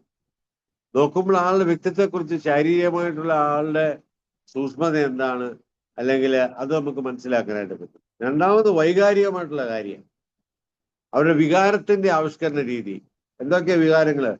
കോപം, അതുപോലെ തന്നെ ചിലർക്ക് സ്വയം മതിപ്പില്ല. ഇന്നൊരു കേസ് എൻ്റെ അടുത്ത് വന്നതാ, എൻ്റെ അടുത്ത് വന്നതല്ല, ഒരാൾ എൻ്റെ അടുത്ത് പറഞ്ഞ, ഒട്ടും സ്വയം മതിപ്പില്ല. വിദേശത്ത് ജോലി ചെയ്യുന്ന ഒരാളാണ്, 3 മക്കളുണ്ട്, ഭർത്താവ് നിഷ്ഠയില്ല പുള്ളിക്കാരിക്ക്. മക്കൾ 2 പേരും അപ്പന് കൊടുത്തില്ല, മൂത്ത പേര്, ഒരാൾ മാത്രമേ ഇവരെ കൊടുത്തില്ല. ഇവരെപ്പോഴും മക്കളെ കാണാൻ ചെല്ലും. അവിടെ മക്കളെ എടുത്ത് ഓടിക്കുക പുള്ളിക്കാരത്തി. ഏറ്റവും വരെ പറഞ്ഞു, you don't need to come ചെയ്യായിരുന്നു. എന്നാലും നമുക്ക് ഒരാഴ്ച കഴിയുമ്പോൾ ചെല്ലും. Why don't we go for a film and you please come with me എന്നൊക്കെ പറഞ്ഞ് അവസാനം അവിടെയും അപമാനം കിട്ടും. ബേസിക്കലി ഒരു സെൽഫ് എസ്റ്റീം കുറവുള്ള ഒരാളാണ്. ഈ do not harsh on yourself എന്ന് പറയും. എന്ന് പറഞ്ഞാല് നമ്മളോട് തന്നെ എല്ലാത്തിനും നമ്മൾ കുറ്റം കണ്ടുപിടിക്കും. ഞാൻ കുഴപ്പക്കാരനാണ്, ഞാൻ എന്റെ ജന്മം ഇങ്ങനെയാണ് ഇതെല്ലാം പറഞ്ഞ് എന്നെ തന്നെ ഞാൻ കുഴപ്പം വെച്ചുകൊണ്ടിരിക്കും. ഞാൻ എന്നെ തന്നെ ബഹുമാനിക്കുന്നില്ലെങ്കിൽ വേറൊരാൾ എന്നെ ബഹുമാനിക്കും. എനിക്ക് സ്വയം ബഹുമാനം എന്നെ കുറിച്ച് വേണം. ഞാൻ കർത്താവിന്റെ ഒരു മകനാണ്. കർത്താവിന്റെ കയ്യിലെ ഉളങ്കയിൽ എന്നെ വരച്ചിട്ടുണ്ട്. എനിക്ക് അഭിമാനം ഉണ്ടാകാൻ എത്രയോ കാര്യങ്ങളുണ്ട്. ഈ ലോകത്തിന്റെ ശിക്ഷാവിന്റെ കർത്താവ് എന്നെ മനസ്സിലാക്കുന്നു. എനിക്ക് വാട്ട് നോട്ട്, ഇനി ഇതിക്കുള്ള തന്നെ വേണ്ടിയത്. അതുകൊണ്ട് ഞാൻ എന്നെ സ്നേഹിക്കണം. അതുകൊണ്ട് നമ്മുടെ അടുത്ത് വരുന്ന ക്ലയന്റിന്റെ ആ ആളെ കുറിച്ചുള്ള മനോഭാവം എന്നാണെന്ന്, ആ ആൾക്ക് മറ്റുള്ളവരെ കുറിച്ചുള്ള മനോഭാവം എന്നാണ്, ആള് ദൈവത്തെ എങ്ങനെയാണെന്ന് കാണുന്നത്, അപ്പൊ അവരുടെ ഒരു വൈകാരികമായിട്ടുള്ള ഭാവങ്ങളെ കുറിച്ച് നമുക്കൊരു അറിവുണ്ടായിരുന്നു. അവരുടെ ആത്മവിശ്വാസം എങ്ങനെയാണ്, സെൽഫ് കോൺഫിഡൻസ്, അവരുടെ സിൻസിയറിറ്റി എവിടെയാണ്, ഇതൊക്കെ നമുക്ക് മനസ്സിലാക്കിയാൽ മാത്രമേ ആ വ്യക്തിത്വത്തെ കുറിച്ച് ഒരു അറിവ് കിട്ടത്തുള്ളൂ. അതുപോലെ തന്നെ പൊതുവായിട്ടുള്ള കാര്യങ്ങൾ, അവരുടെ പൊതുവിജ്ഞാനം. അപ്പം അവരെപ്പോഴും കുളത്തിൽ കിടക്കുന്ന തവളെ പോലെയാണോ, അതോ ലോകത്തിലെ കാര്യങ്ങളൊക്കെ അറിയാവോ, പത്രമൊക്കെ വായിക്കുന്ന ആളാണോ, അവരുടെ ബൗദ്ധികമായിട്ടുള്ള അവരുടെ ഷാർപ്പാണോ അവരുടെ ഇന്റലിജൻസ്, അവരുടെ IQ ലെവല്, അപ്പം അവരുടെ പഠനത്തെക്കുറിച്ചുള്ള നൈപുണ്യം, അവരുടെ ഭാഷാജ്ഞാനം, ലാംഗ്വേജ്, മറ്റ് കഴിവുകൾ, ഇതൊക്കെ അന്വേഷണ വിധേയമാക്കേണ്ട വിഷയങ്ങൾ തന്നെയാണ്. അപ്പം ഇങ്ങനെയൊക്കെയുള്ള ഒരു സമഗ്രമായിട്ടുള്ള ഒരു അന്വേഷണത്തിലൂടെ ഈ ഒരു വ്യക്തിയുടെ സംഘർഷത്തിന്റെ മൂല കാരണങ്ങൾ നമുക്ക് കണ്ടെത്താനായിട്ട് പറ്റും. ചിലരുണ്ട് വളരെ ഫോക്കസ്ഡ് ആണ്, പക്ഷെ അവർക്ക് അച്ചീവ് ചെയ്യാൻ പറ്റുന്നില്ല. ചിലർക്ക് കോൺസെൻട്രേഷൻ കിട്ടുന്നില്ല. അപ്പം അതിന്റെ കാരണങ്ങൾ, വീട്ടിലെ സാഹചര്യം ഒക്കെ നമ്മൾ മനസ്സിലാക്കുന്ന സമയത്ത് അത് വ്യക്തിയായിട്ട് നമ്മുടെ സംവാദം അല്ലെങ്കിൽ സംഭാഷണം വഴി നമുക്കത് അറിയാനായിട്ട് സ്ഥിരീകരിക്കാനായിട്ട് പറ്റും. അപ്പം സംസാരിക്കുന്ന സമയത്ത് അവരിൽ കാണുന്ന പൊരുത്തക്കേടുകൾ, കോൺട്രഡിക്ഷൻസ്, അത് നമുക്ക് മനസ്സിലാക്കാനായിട്ട് പറ്റും. അപ്പം പലപ്പോഴും ആ വ്യക്തി ആയിരിക്കുന്ന നിലയിൽ തന്നെ ആയിരിക്കുന്ന അവസ്ഥയിലാണ് എന്നുള്ള ധാരണകളൊക്കെ തന്നെ ചിലപ്പം അസ്വസ്ഥതയ്ക്ക് കാരണമായിത്തീരും. അപ്പം ഇങ്ങനെയുള്ള അസ്വസ്ഥതയുടെ സമയത്ത് അവര് എങ്ങനെ സംതൃപ്തി കണ്ടെത്താനായിട്ട് പറ്റും. അതുപോലെ അനാവശ്യമായിട്ടുള്ള ആകുലതകളും വറീസും ഒക്കെ മാറ്റി ഒരു ഒരു പ്രണതാത്മകത, ഒരു സെൽഫ് റിയലൈസേഷൻ അതിലോട്ട് വരാനും അത് അംഗീകരിക്കാനും ഒക്കെ സഹായകരമായിരിക്കണം ചിന്തകളെന്ന് പറയാൻ. അവരുടെ വ്യക്തിപരമായ ജീവിതത്തിൽ അവരെക്കുറിച്ച് അവർ ചിന്തിക്കുന്നത് തന്നെയാണ് ഏറ്റവും കൂടുതൽ കോംപ്ലക്സ്, ഇൻഫീരിയോറിറ്റി കോംപ്ലക്സ് എന്നൊക്കെ നമ്മൾ പറയാം. അങ്ങനെ കോംപ്ലക്സ് ഉള്ളവരൊക്കെ ഒരിക്കലും അവരോടും സമാധാനം കാണുകയില്ല, അവർ മറ്റുള്ളവർക്കും സമാധാനം കൊടുക്കുകയില്ല. അവർ ദൈവത്തോടുള്ള ബന്ധത്തിൽ അവർക്ക് സ്വസ്ഥത കാണത്തില്ല. അവരെപ്പോഴും കംപ്ലൈനിങ്ങും വൈനിങ്ങും ഒച്ച വെക്കുകയും ബഹളം ഉണ്ടാക്കുകയും ഒക്കെ ചെയ്തുകൊണ്ടേയിരിക്കും. അതിൻ്റെയൊക്കെ ഒരു അടിസ്ഥാനപരമായിട്ടുള്ള കാരണങ്ങൾ കണ്ടുപിടിക്കണമെങ്കിൽ വളരെ ആഴത്തിലുള്ള ഒരു പഠനം അവരുടെ സ്വഭാവത്തെക്കുറിച്ചും അവരുടെ വൈകാരിക അവസ്ഥയെക്കുറിച്ചും അവരുടെ ശാരീരികമായിട്ടുള്ള കാര്യങ്ങളെക്കുറിച്ചും ഒക്കെ ഒരു കാഴ്ചപ്പാട് നമുക്ക് ഉണ്ടെങ്കിൽ മാത്രമേ നമ്മൾ അവരുടെ പ്രശ്നത്തെക്കുറിച്ചുള്ള ഒരു നിർണയം നമുക്ക് ഉണ്ടാക്കിയെടുക്കാനായിട്ട് പറ്റും. മറ്റൊരു കാര്യം എന്ന് പറയുന്നത് അവരുടെ, ഞാൻ പറഞ്ഞല്ലോ, പൊതുവായിട്ടുള്ള കാര്യങ്ങളിലേക്ക് അവരുടെ ജനറൽ നോളജ്, അവരുടെ ലോകത്തോടുള്ള ബന്ധം, ഇതെല്ലാം കൂടെ വെച്ചുകൊണ്ടാണ് നമ്മൾ ഈ പ്രശ്നങ്ങൾ നിർണ്ണയിക്കുന്നത്. ഈ പുള്ളിയുടെ പ്രശ്നം ശരിക്കും എന്താണ് എന്ന് നമ്മളൊരു കൺക്ലൂഷനിൽ എത്തുന്ന അങ്ങനെ. അപ്പം ചിലപ്പോൾ ചില സൂചനകൾ, ഞാൻ പറഞ്ഞല്ലോ, നമ്മൾ സംസാരിക്കുന്ന കാര്യം തന്നെയല്ല, മെറ്റാ ലിസണിങ് എന്നുള്ളൊരു കാര്യമുണ്ട്. നമ്മളോട് കുറെ കാര്യം സംസാരിക്കുക, ആ സംസാരിക്കുന്നത് എന്തെല്ലാം സംസാരിച്ചില്ലെന്നുള്ളത് നമ്മൾ നോക്കണം. ഏതെല്ലാം കാര്യങ്ങൾ മറച്ചു വെച്ചു, അതിനാ മെറ്റാ ലിസണിങ് എന്നൊക്കെ പറയുന്നത്. അപ്പം നല്ല മിടുക്കരായിട്ടുള്ളൊരു കൗൺസിലറാണെങ്കിൽ എന്തെല്ലാം പറഞ്ഞില്ലെന്ന് ആദ്യമേ ആലോചിക്കും. ഈ കാര്യമൊന്നും മിണ്ടിയില്ലല്ലോ, എനിക്ക് ചില കാര്യങ്ങളൊക്കെ സൂക്ഷ്മമായിട്ട് കൗൺസിലർ എന്നുള്ളതല്ലെങ്കിൽ എനിക്ക് പല സോഴ്സിൽ നിന്ന് എനിക്ക് കാര്യങ്ങൾ അറിയാൻ പറ്റും. ഇപ്പൊ ചിലരെ കാണുമ്പോഴത്തേന് ചില പ്രത്യേക കാര്യങ്ങൾ മറച്ചു വെച്ച് ഇടപെടും. എനിക്കറിയാം ഈ കാര്യം നടന്നെന്നുള്ള കാര്യം. അപ്പൊ എനിക്ക് അവരുടെ വ്യക്തിത്വത്തെ കുറിച്ച് മനസ്സിലായി. ഒരു കാര്യം എല്ലാം ഒന്നും പറയുന്നില്ലല്ലോ. നമ്മുടെ മുമ്പിൽ അവർ ഭയങ്കര ഫ്രീ ആയിട്ടും നമ്മളെ കൂടെ എല്ലാം പറയുന്നതായിട്ടും ഒക്കെ അഭിനയിക്കും. പക്ഷെ അവർ മാറ്റി വെക്കും പറയാൻ. അവരുടെ യഥാർത്ഥ വ്യക്തിത്വം അങ്ങനത്തെ. അപ്പൊ നമ്മൾ മറ്റുള്ളവരെ മനസ്സിലാക്കാനായിട്ട് നമുക്ക് സാധിക്കുന്ന കാര്യങ്ങളാതൊക്കെ. അതിനകത്തൊക്കെയാണ് നമ്മൾ അതിനകത്ത് പ്രശ്ന നിർണയം എന്ന് പറയും. ഇൻസൈറ്റ്. എന്താണ് ഈ പ്രശ്നം? ആളെ പറ്റി കറക്റ്റായിട്ട് ഡയഗ്നൈസ് ചെയ്യാനുള്ളത് ഇത് നമ്മളെ സഹായിക്കും. അപ്പം ഈ പറയുന്ന പല കാര്യങ്ങളും, അതായത് യഥാർത്ഥമായിട്ടൊരു കാഴ്ചപ്പാട്, അതായത് ഒരു വ്യക്തിയുടെ ആവിഷ്കരണ ശൈലി നമ്മുടെ മുമ്പിൽ പ്രകടിപ്പിക്കുന്ന കാര്യങ്ങളിൽ നിന്നും വളരെ വിഭിന്നമായിരിക്കും അവരുടെ ശരിക്കുള്ള പേഴ്സണാലിറ്റി എന്ന് പറയുന്നത്. അപ്പൊ അവരുടെ പ്രശ്നം തന്നെ അവർ അവതരിപ്പിച്ച പ്രശ്നമായിരിക്കണമെന്നില്ല. അപ്പോൾ അത് എന്താണെന്നുള്ളത്, അതായത് യഥാർത്ഥത്തിലുള്ള കാഴ്ചപ്പാട് അവരെ കുറിച്ച് നമുക്ക് ഉണ്ടായിരിക്കണം. രണ്ട്, അവരുടെ പെരുമാറ്റവും അതിനുള്ള പ്രചോദനവും തമ്മിലുള്ള ബന്ധം. അവർ നമ്മുടെ മുമ്പിൽ പെരുമാറുന്നത് വേറെ തരത്തിലായിരിക്കും. അതിന്റെ പ്രചോദനം അവർക്ക് എവിടെയാണ് കിട്ടുന്നത്, ആരാണ് എന്നെ സഹായിക്കുന്നത് എന്നുള്ള കാര്യം നമ്മൾ മനസ്സിലാക്കും. പ്രേരക ശക്തി എന്നാണ്. അപ്പം അവരുടെ അങ്ങനെയുള്ള പ്രേരക ശക്തികൾ എങ്ങനെയാണ് അവർക്ക് ഊട്ടി വളർത്താൻ പറ്റിയത്, അവരുടെ പെരുമാറ്റത്തിലെ അവരുടെ ആവിഷ്കാര ശൈലികള്, അതിന്റെ ഭംഗി കാണും, അതിന്റെ അഭംഗി കാണും. ഇതൊക്കെ ശ്രദ്ധിക്കേണ്ട കാര്യങ്ങൾ പെരുമാറ്റത്തില്.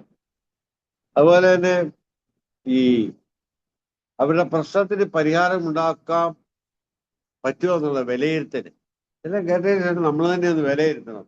ഇത് പരിഹരിക്കാൻ പറ്റുന്ന പ്രശ്നമാണോ? എൻവയൺമെന്റൽ ഇഷ്യൂസ് ഉണ്ടെങ്കിൽ, അല്ലെങ്കിൽ അവരുടെ കോപ്പറേഷൻ ഫുള്ളായിട്ടില്ലെങ്കിൽ ഒന്നും നമുക്ക് പരിഹരിക്കാനായിട്ട് പറ്റത്തില്ല. അപ്പൊ അതിനെക്കുറിച്ചുള്ള ധാരണ നമുക്ക് ആവശ്യമാണ്. അപ്പം എന്നാൽ അനുകൂലമായിട്ടുള്ള ഘടകങ്ങളൊക്കെ ഉണ്ടെങ്കിൽ വിജയകരമായിട്ടത് കൈകാര്യം ചെയ്യാനായിട്ട് സാധിക്കും. അപ്പം പരമ്പരാഗതമായിട്ടുള്ള പ്രശ്നങ്ങളുണ്ടോ, അങ്ങനെയുള്ള കാര്യങ്ങൾ നമ്മൾ മനസ്സിലാക്കിയാൽ മാത്രമേ ഒരു വ്യക്തിയുടെ വ്യക്തിയാഗത മറ്റു വ്യക്തികളുമായുള്ള ബന്ധങ്ങള്, അതുപോലെ തന്നെ സാമൂഹിക ബന്ധങ്ങള്, പ്രശ്നപരിഹാര രീതികള്, ഇവയെക്കുറിച്ചൊക്കെ നമ്മൾ മനസ്സിലാക്കുമ്പോഴാണ് നമുക്ക് ഈ പ്രശ്നത്തിന് പരിഹാരം ഉണ്ടാക്കാൻ പറ്റുമല്ലോ എന്നുള്ളതായിട്ട് നമുക്ക് മനസ്സിലാക്കും. അത് കഴിഞ്ഞാണ് ഉൾക്കാഴ്ച എന്ന് പറയുന്നത്. ഉൾക്കാഴ്ച, ഇൻസൈറ്റ് എന്ന് പറയുന്നത്. കൗൺസിലിംഗിലെ ഏറ്റവും പ്രധാനപ്പെട്ട ഒരു കാര്യമാണ് ഇൻസൈറ്റ് എന്ന് പറയുന്നത്. അല്ല, മർമ്മപ്രധാനമായിട്ടൊരു കാര്യമാണെന്ന് പറയുന്നത്. അപ്പം ഇത് ഇപ്പൊ ഫ്രോയിഡിന്റെ ഭാഷയെ പറയുകയാണെങ്കിൽ ഇൻസൈറ്റ് എന്ന് പറയുന്നത് അത് സൗഖ്യം തന്നെ. Insight is equal to healing. അപ്പം ഈ കൗൺസിലർ ആകെ കൂടി തന്നെ സമീപിക്കുന്നവർക്ക് നൽകുന്നത് ഈ ഉൾക്കാഴ്ചയാണ്. ഈ ഉൾക്കാഴ്ച നൽകുകയാണോ അതോ നമ്മൾ പറയുന്നത് അവര് സ്വീകരിച്ചെടുക്കുകയാണോ എന്നുള്ളത് ചർച്ച ചെയ്യേണ്ട ഒരു വിഷയമാണ്. എങ്ങനെയാണെങ്കിലും ഈ ഉൾക്കാഴ്ചയാണ് യഥാർത്ഥ ദർശനത്തിൽ നിമിത്തമായിട്ട് നമ്മൾ ഒരു നിൽക്കുന്നത്. കൗൺസിലറുമായിട്ട് ബന്ധത്തിലാണ് ഈ ഉൾക്കാഴ്ച, എന്താണ് യഥാർത്ഥത്തിലുള്ള പ്രശ്നം എന്നുള്ള ആ ഒരു ഇൻസൈറ്റ് ലഭിക്കുന്നത്. അപ്പോൾ ഒരാകുലതയില്ലാതെ, ടെൻഷൻ ഇല്ലാതെ, വളരെ ഒബ്ജക്റ്റീവായിട്ട് ഈ പ്രശ്നങ്ങളെ കാണാനായിട്ട് സാധിക്കും. നമുക്കറിയാം, ഈ ആകാശം കാർമേഘവൃതമായിരിക്കുന്ന സമയത്ത് നോക്കിയാൽ ഒന്നും കാണത്തില്ല. കാരണം ഇങ്ങനെ മൂടിക്കിടക്കും. നമ്മുടെ മനസ്സും ദുഃഖം കൊണ്ടും തളം കെട്ടിയും മൂടിക്കിടക്കുന്ന അവസരത്തിൽ ക്ലിയറായിട്ട് ചിന്തിക്കാനോ സംസാരിക്കാനോ ഒന്നും നമുക്ക് സാധിക്കത്തില്ല. നമ്മൾ അഫക്റ്റഡ് ആയി. എന്നാൽ ആ പയ്യെ ആ കാർമേഘങ്ങൾ മാറ്റി കഴിയുമ്പോൾ കാര്യങ്ങൾ കാണാനും പറ്റും. അതുപോലെയാണ് മനസ്സിന്റെ ചില ഉത്ബോധങ്ങള്, ചില കാർമേഘങ്ങൾ പോലെ കിടക്കുന്ന പ്രശ്നങ്ങള്, അതൊക്കെ പയ്യെ ഒന്ന് മാറ്റി കഴിയുമ്പോൾ കൃത്യമായിട്ട് ചിന്തിക്കാനായിട്ട് സാധിക്കും. അത് അവിടെയാണ് അത് മനസ്സിലാക്കിയിട്ടാണ് നമുക്ക് തിരുത്തൽ ആവശ്യമാണോ, തിരുത്തൽ വേണ്ടേ, അതോ പിന്നെ തിരുത്തൽ ഏത് രീതിയിൽ സ്വീകരിക്കണമെന്നൊക്കെയുള്ള തീരുമാനം എടുക്കുന്നത് അവിടെയാണ്. അപ്പം ഈ ഉൾക്കാഴ്ച എങ്ങനെയാണ് നമ്മൾ ഉൾക്കാഴ്ച നൽകുന്ന വിധങ്ങളുണ്ട്. അപ്പൊ അത് വളരെ ഇമ്പോർട്ടൻ്റ് ആണ്, ആ ഭാഗങ്ങളൊക്കെ എന്ന് പറയുന്നത്. ഇപ്പം എനിക്ക് തോന്നുന്നു നമുക്ക് ഒരു ക്ലാസ് കൂടെ വേണ്ടി വരുമായിരിക്കും. കാരണം ഇത് ഉൾക്കാഴ്ചയെ കുറിച്ച് നമ്മൾ ഇത്രയും കാര്യങ്ങൾ പറഞ്ഞു, എനിക്ക് തന്നെ അറിയാം നിങ്ങൾ ഇത്രയും കാര്യങ്ങൾ പറഞ്ഞപ്പം എന്തെല്ലാം കാര്യങ്ങൾ നിങ്ങളുടെ മനസ്സിൽ നിൽക്കുന്നുണ്ടെന്നുള്ള കാര്യം പിന്നെ എനിക്കറിയാം. വളരെ കുറച്ച് മാത്രമേ 20% മാത്രമേ മനസ്സിലായി കാണുന്നുള്ളൂ. ഉൾക്കാഴ്ചയെ കുറിച്ചൊക്കെ പറയുമ്പം അത് ഡീറ്റെയിൽഡായിട്ട് നമ്മൾ മനസ്സിലാക്കേണ്ട, കാരണം ഇന്ന് ഞാനിപ്പോൾ അത് എടുക്കുന്നില്ല. കാരണം ഇൻസൈറ്റ് എന്ന് പറയുന്നത് നമ്മൾ എടുത്താൽ മാത്രമേ കൗൺസിലിങ്ങിനകത്ത് ഇൻസൈറ്റ് എന്താണെന്ന് നമുക്ക് മനസ്സിലാക്കാനായിട്ട് പറ്റത്തുള്ളൂ. ഇൻസൈറ്റ് അതുകൂടെ മനസ്സിലാക്കി കഴിയുമ്പോൾ കൗൺസിലിംഗ് എന്താണെന്നുള്ള കാര്യം ഒരു ധാരണ കിട്ടുന്നുണ്ട്. ഒരു ക്ലാസ്സുകൾ മതിയത്. അത് കഴിഞ്ഞ് പിന്നീട് മറ്റു ക്ലാസ്സുകൾ കണ്ടിന്യൂ ചെയ്യും. We will continue later. ഇതുമായിട്ട് ബന്ധപ്പെട്ട മറ്റു കാര്യങ്ങൾ നമുക്ക് പിന്നെ കണ്ടിന്യൂ ചെയ്യാം. ഇൻ ദ മീൻ ടൈം ഇപ്പം അതിനകത്ത് നിങ്ങൾ ക്രൈസിസ് കൗൺസിലിംഗ് പഠിക്കും, മറ്റ് പലതരത്തിലുള്ള കൗൺസിലിങ്ങിനെ പറ്റി കേൾക്കും. ആ സമയത്തൊക്കെ ഈ നമ്മുടെ ഈ സ്റ്റെപ്സും ആയിട്ട് നിങ്ങൾ ഇന്ററാക്ട് ചെയ്ത് അതിനെക്കുറിച്ച് എന്തെങ്കിലുമൊക്കെ സംശയം ഉണ്ടെങ്കിൽ അത് ചോദിക്കാം, അത് നമുക്ക് എഴുതിയിടാം. അത് നമുക്ക് വിഷയമായിട്ട് കണ്ട് പിന്നീട് വളരെ കൺസ്ട്രക്റ്റീവായിട്ട് അതിനെക്കുറിച്ച് ചിന്തിക്കാം. അത് ക്രൈസിസ് കൗൺസിലിങ്ങും അല്ലെങ്കിൽ അഡോളസൻസും അങ്ങനെയൊക്കെ ഉള്ളതൊക്കെ ഒന്ന് കഴിഞ്ഞ് ഫാമിലി കൗൺസിലിംഗ് കൂടെ കഴിഞ്ഞതിന് ശേഷം നമുക്കത് ചെയ്യാം. അപ്പം നിങ്ങൾക്ക് you will get some idea ആയിട്ട്. ഇപ്പൊ ഇന്ന് എടുത്ത ക്ലാസ്സിനെ കുറിച്ച് എന്തെങ്കിലും നിങ്ങൾക്ക് ചോദിക്കാനൊക്കെ ഉണ്ടെങ്കിൽ ചോദിക്കാം.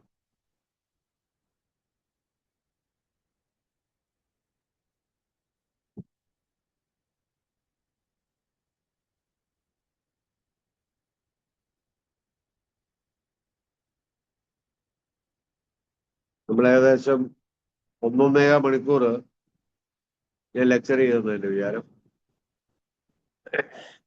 പല കാര്യങ്ങൾ പറഞ്ഞു. അപ്പൊ അതിനകത്ത് സംശയമായിട്ട് എന്തെങ്കിലും ഉണ്ടല്ലോ, സജഷനായിട്ട് എന്തെങ്കിലും ഉണ്ടെങ്കിൽ നിങ്ങൾക്ക് പറയാം.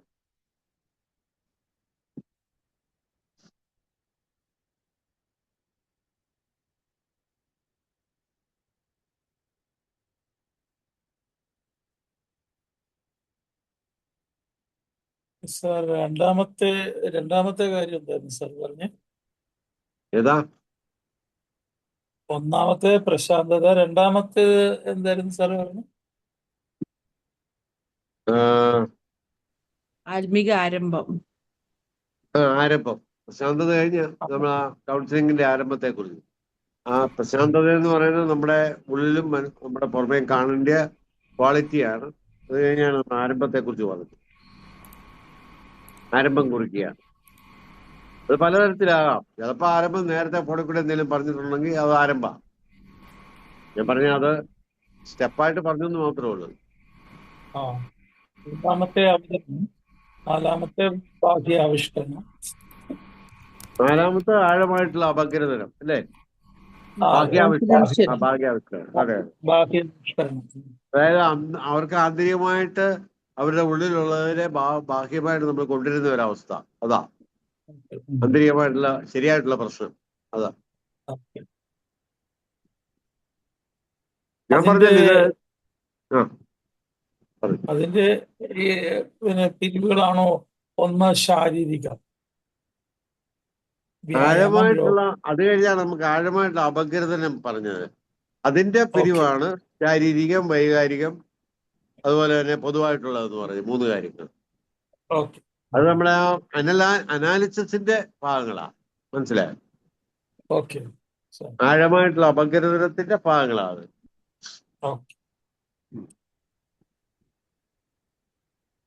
അത് കഴിഞ്ഞാണ് പ്രശ്നനിർണ്ണയം വരുന്നത്. എന്തോ ഇൻസൈഡ് ഹീലിംഗ് എങ്ങനെ സഹായിക്കും?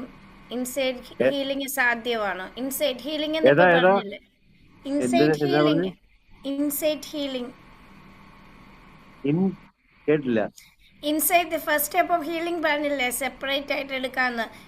ഇൻസൈഡ് ഹീലിംഗ് ഒരു ഇൻസൈറ്റ് എന്നുള്ളത് നമ്മള് ഇൻസൈറ്റ് കൊടുക്കുക എന്നുള്ളതാണ് ഒരു കൗൺസിലിങ്ങിന്റെ ഏറ്റവും വലിയൊരു ഒരു ഏറ്റവും പ്രധാനപ്പെട്ട ഒരു കാര്യം എന്ന് പറയുന്നത്. അപ്പൊ ഇൻസൈറ്റ് ഹീലിംഗ് ഫസ്റ്റ് ആണോ ചെയ്യുന്നത് അതോ ലാസ്റ്റ് കൗൺസിലിംഗിന്റെ ലാസ്റ്റ് ആയിട്ടാണോ വരുന്നത്? ഇൻസൈറ്റ് നമുക്ക് ഫസ്റ്റ് കൊടുക്കാൻ പറ്റത്തില്ല. അത് അപ്പൊ അത് നമ്മൾ അറിയണം. ഡിസ്കഷനിലൂടെയൊക്കെ വന്ന് അത് ബിറ്റ്വീനോ അല്ലെങ്കിൽ അവസാന ഭാഗത്തോട്ടൊക്കെ വരുന്നതാണ്. അല്ലാതെ തുടങ്ങുമ്പോഴേ നമ്മൾ അവരെ സ്വാന്തനിപ്പിച്ചൊന്നും തുടങ്ങേണ്ട കാര്യമില്ല. സ്വാന്തനിപ്പിക്കണം, പക്ഷെ അവരുടെ പ്രശ്നത്തിന്റെ യഥാർത്ഥ പ്രശ്നം അറിയുന്നത്. ഇപ്പൊ ഞാൻ പറയാം, ഉദാഹരണം ഞാൻ പറയാം. ഞാൻ മുമ്പേ പറഞ്ഞൊരു കേസ് ഉണ്ടല്ലോ, ഒരാൾ കൈ ഒടിഞ്ഞ് ഇവിടെ വന്നെന്ന് പറഞ്ഞു. കൈ ഒടിഞ്ഞെന്ന് പറഞ്ഞപ്പോഴത്തേക്ക് കൈ ഒടിഞ്ഞ കാര്യം പറഞ്ഞാൽ ഇത് വരുന്നേ. കൈ ഒടിഞ്ഞ കാര്യം വന്ന് അത് കഴിഞ്ഞ് ഹസ്ബൻഡ് വരുന്നില്ല, പിന്നെ വൈഫ് കണ്ടിന്യൂ ചെയ്തു കൗൺസിലിംഗ്. അപ്പം എനിക്ക് വേണമെന്നും പറഞ്ഞു, സാറേ എന്ന് പറഞ്ഞു. ഞാൻ യു ക്യാൻ കം എന്ന് പറഞ്ഞു. വന്നു അവസാനം പല കാര്യങ്ങൾ പറഞ്ഞപ്പോഴത്തേനാണ് പിന്നെ നമ്മുടെ എക്സ്പെക്ടേഷൻസ്, നമ്മുടെ റോള്, നമ്മുടെ സന്തോഷം നമ്മൾ കണ്ടെത്തണമെന്നും നമ്മൾ മറ്റുള്ളവരെ ഡിപ്പെൻഡ് ചെയ്ത് പോകരുതെന്നും അതുകൊണ്ടാണ് നമ്മൾ ഡിപ്രഷനിലോട്ട് പോകുന്നതെന്നും വേറൊരാളെ നമുക്ക് ചേഞ്ച് ചെയ്യാൻ പറ്റുകയാണെന്നും ഇങ്ങനെയൊക്കെയുള്ള കാര്യങ്ങൾ ആ ഇൻസൈറ്റ് പുള്ളിക്കാരത്തേക്ക് കിട്ടുന്നത് ഈ ഏകദേശം കൗൺസിലിങ്ങിന്റെ ഒരു മിഡിൽ അവസാന ഭാഗത്താണ് കിട്ടുന്നത്. അപ്പൊ അന്നേരം എന്നോടൊന്ന് ചോദിച്ചു, സാറേ എനിക്ക് ഇപ്പോഴും ഞാൻ അതിനെക്കുറിച്ച് ചിന്തിക്കുന്നത്, ഞാൻ ഇതുവരെ എനിക്കത് അറിയാൻ മേലായിരുന്നു. ഞാനാണ് ഇതിന്റെ എനിക്ക് നേരത്തെ അറിഞ്ഞിരുന്നെങ്കിൽ I could have manage my husband very well. അപ്പൊ ക്ലയന്റ് അണ്ടർസ്റ്റാൻഡ് ചെയ്യണം റിയൽ കോസ് എന്നാന്നുള്ളത്, ക്ലയന്റും അണ്ടർസ്റ്റാൻഡ് ചെയ്യണം അല്ലേ? ക്ലയന്റാ മനസ്സിലാക്കേണ്ടത്. നമ്മൾ മനസ്സിലാക്കി നമ്മൾ ആ ഇൻസൈറ്റ് അവർക്ക് നമ്മൾ ഇമ്പാർട്ട് ചെയ്യുന്ന പല രീതിയിലായിട്ടാണ് ചെയ്യുന്നത്. പെട്ടെന്ന് പറഞ്ഞാൽ മനസ്സിലാകത്തില്ല. മനസ്സിലായോ? അത് വളരെ സ്റ്റെപ്പ് ബൈ സ്റ്റെപ്പ് ആയിട്ടേ മനസ്സിലാകത്തുള്ളൂ. അവര് റിയലൈസ് ചെയ്യണം. അവര് റിയലൈസ് ചെയ്യുന്ന അവസ്ഥയിലോട്ട് പറഞ്ഞത് നമ്മൾ മനസ്സിലാക്കണം. നമ്മൾ മനസ്സിലാക്കുന്ന കാര്യം അവരെ റിയലൈസ് ചെയ്യിപ്പിക്കുകയും ചെയ്യണം. എന്നിട്ട് അവര് അത് റിക്കവർ ആയിട്ട് പെയിൻ റെഡ്യൂസ് ആയിട്ട് അവര് റിക്കവർ ആവണം. അതിന്ന് അത് ഓട്ടോമാറ്റിക്കലി റിക്കവർ ആയിക്കോളൂ പറയുമ്പോഴത്തേക്ക്. അങ്ങനെയാ. എന്നോട് വളരെ കോൺഫിഡന്റ് ആയിട്ട് പറഞ്ഞു, സാർ എനിക്കത് ഇപ്പോഴാണ് എനിക്കത് മനസ്സിലായത്. പല പ്രാവശ്യം പറഞ്ഞു, എനിക്ക് ഇപ്പോഴാണ് പിടികിട്ടിയത് എന്നാണെന്നുള്ള കാര്യം എന്ന് പറഞ്ഞു. അപ്പൊ ഞാൻ ആദ്യമേ ഇതൊക്കെ പറയുമ്പോഴും പിടികിട്ടുന്നില്ലായിരുന്നു. സാർ ആദ്യമേ ഇതൊക്കെ പറയുമ്പോൾ ഞാൻ തലകാലത്ത് കേൾക്കുന്നത്, പക്ഷെ എനിക്ക് എന്നെ ഈ സാറി പറയുന്നത് മനസ്സിലാവുന്നില്ലായിരുന്നു. ഇപ്പൊ എനിക്ക് പിടികിട്ടിയെന്ന് പറഞ്ഞു.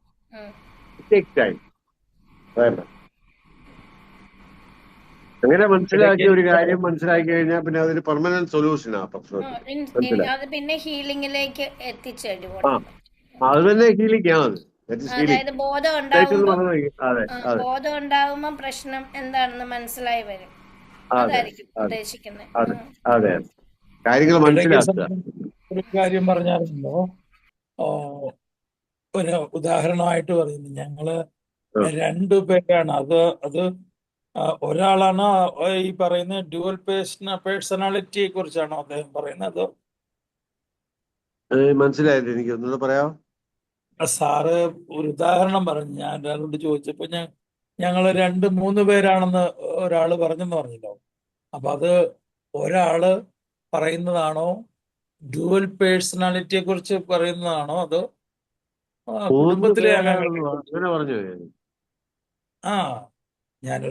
ഒരാളിനെ കുറിച്ച് ചോദിച്ചപ്പോ ഞങ്ങള് 2 പേരാണ് എന്ന് പറഞ്ഞത്. അത് ഈ ഡ്യുവൽ പേഴ്സണാലിറ്റി ആണോ അതോ ആ കുടുംബത്തിലെ അംഗങ്ങളെ കുറിച്ചാണോ സാറ് പറഞ്ഞത്? എനിക്ക് മനസ്സിലായില്ല, അതുകൊണ്ട് ഞാൻ ചോദിച്ചു. കുടുംബത്തിലെ അംഗങ്ങളെ കുറിച്ച്, കുടുംബത്തിലെ അംഗങ്ങളെ 3 പേരുണ്ടെന്ന് പറഞ്ഞതിൽ അതിനെ കുറിച്ച് സംസാരിച്ചപ്പോഴാ പറഞ്ഞത്. മീൻസ് കൂടുതൽ അറ്റൻഷൻ സീക്കിങ്ങിനെ കുറിച്ച്. അറ്റൻഷൻ സീക്കിങ്ങില് 3 പേരുണ്ടെങ്കില് അതിനകത്ത് നടുക്കത്തെ ആള് അറ്റൻഷൻ സീക്കിങ് ആയിരിക്കും എന്നാ പറഞ്ഞത്. മനസ്സിലായോ? ആദ്യത്തെ ആൾക്ക് ഡിവൈഡഡ് അറ്റൻഷൻ കിട്ടും, അവസാനത്തെ ആൾക്ക് കണ്ടിന്യൂഡ് അറ്റൻഷൻ കിട്ടും, ഇടയ്ക്കത്തെ ആള് കാഷ്വാലിറ്റി ആയിരിക്കും എന്നാണ് പറഞ്ഞത്. എനിക്കത് മനസ്സിലായില്ലായിരുന്നു. അതാ പറഞ്ഞത്. Thank you sir. അത് ഈ മിഡിൽ ചൈൽഡ് സിൻഡ്രോം എന്നാ ഇതിന് പറയുന്നത്. നമ്മളൊരു ഒരാളെ കുറിച്ച് അന്വേഷിക്കുമ്പോൾ ആളുടെ എത്രാമത്തെ ആണ്, അങ്ങനെയുള്ള കാര്യങ്ങളൊക്കെ അന്വേഷിക്കുമ്പോഴത്തേനാണ് നമുക്ക് ആളുടെ പ്രശ്നത്തെ കുറിച്ച് ഒരു ധാരണ കിട്ടുന്നത്. മനസ്സിലായി? അല്ല, ഇങ്ങനെയുള്ള ഈ ഡ്യുവൽ പേഴ്സണാലിറ്റി ഉള്ള ആൾക്കാരൊക്കെ നമ്മുടെ അടുത്ത് വരാറുണ്ട്. ഡ്യുവൽ പേഴ്സണാലിറ്റി വേറെയാ. അത് ഒരു വ്യക്തിയിൽ തന്നെ ഉള്ള പല പേഴ്സണാലിറ്റീസാണ്. അതെ, 2-3 ഒക്കെ ഉള്ളൂ. അതെ. അപ്പൊ അവര് പറയും ഞാൻ ഇന്ന ആളാണ് എന്നൊക്കെ പറയാറുണ്ട്. അതെ അതെ അത് ഡിമോണിക് അറ്റാക്കിന്റെ വരാത്. അതെ. ലഗ്യോൻ പറഞ്ഞ പോലെ ഞങ്ങള് പലരുണ്ടെന്നൊക്കെ പറഞ്ഞിട്ട്. ഞങ്ങള് പലരാണ് എന്ന് പറഞ്ഞു.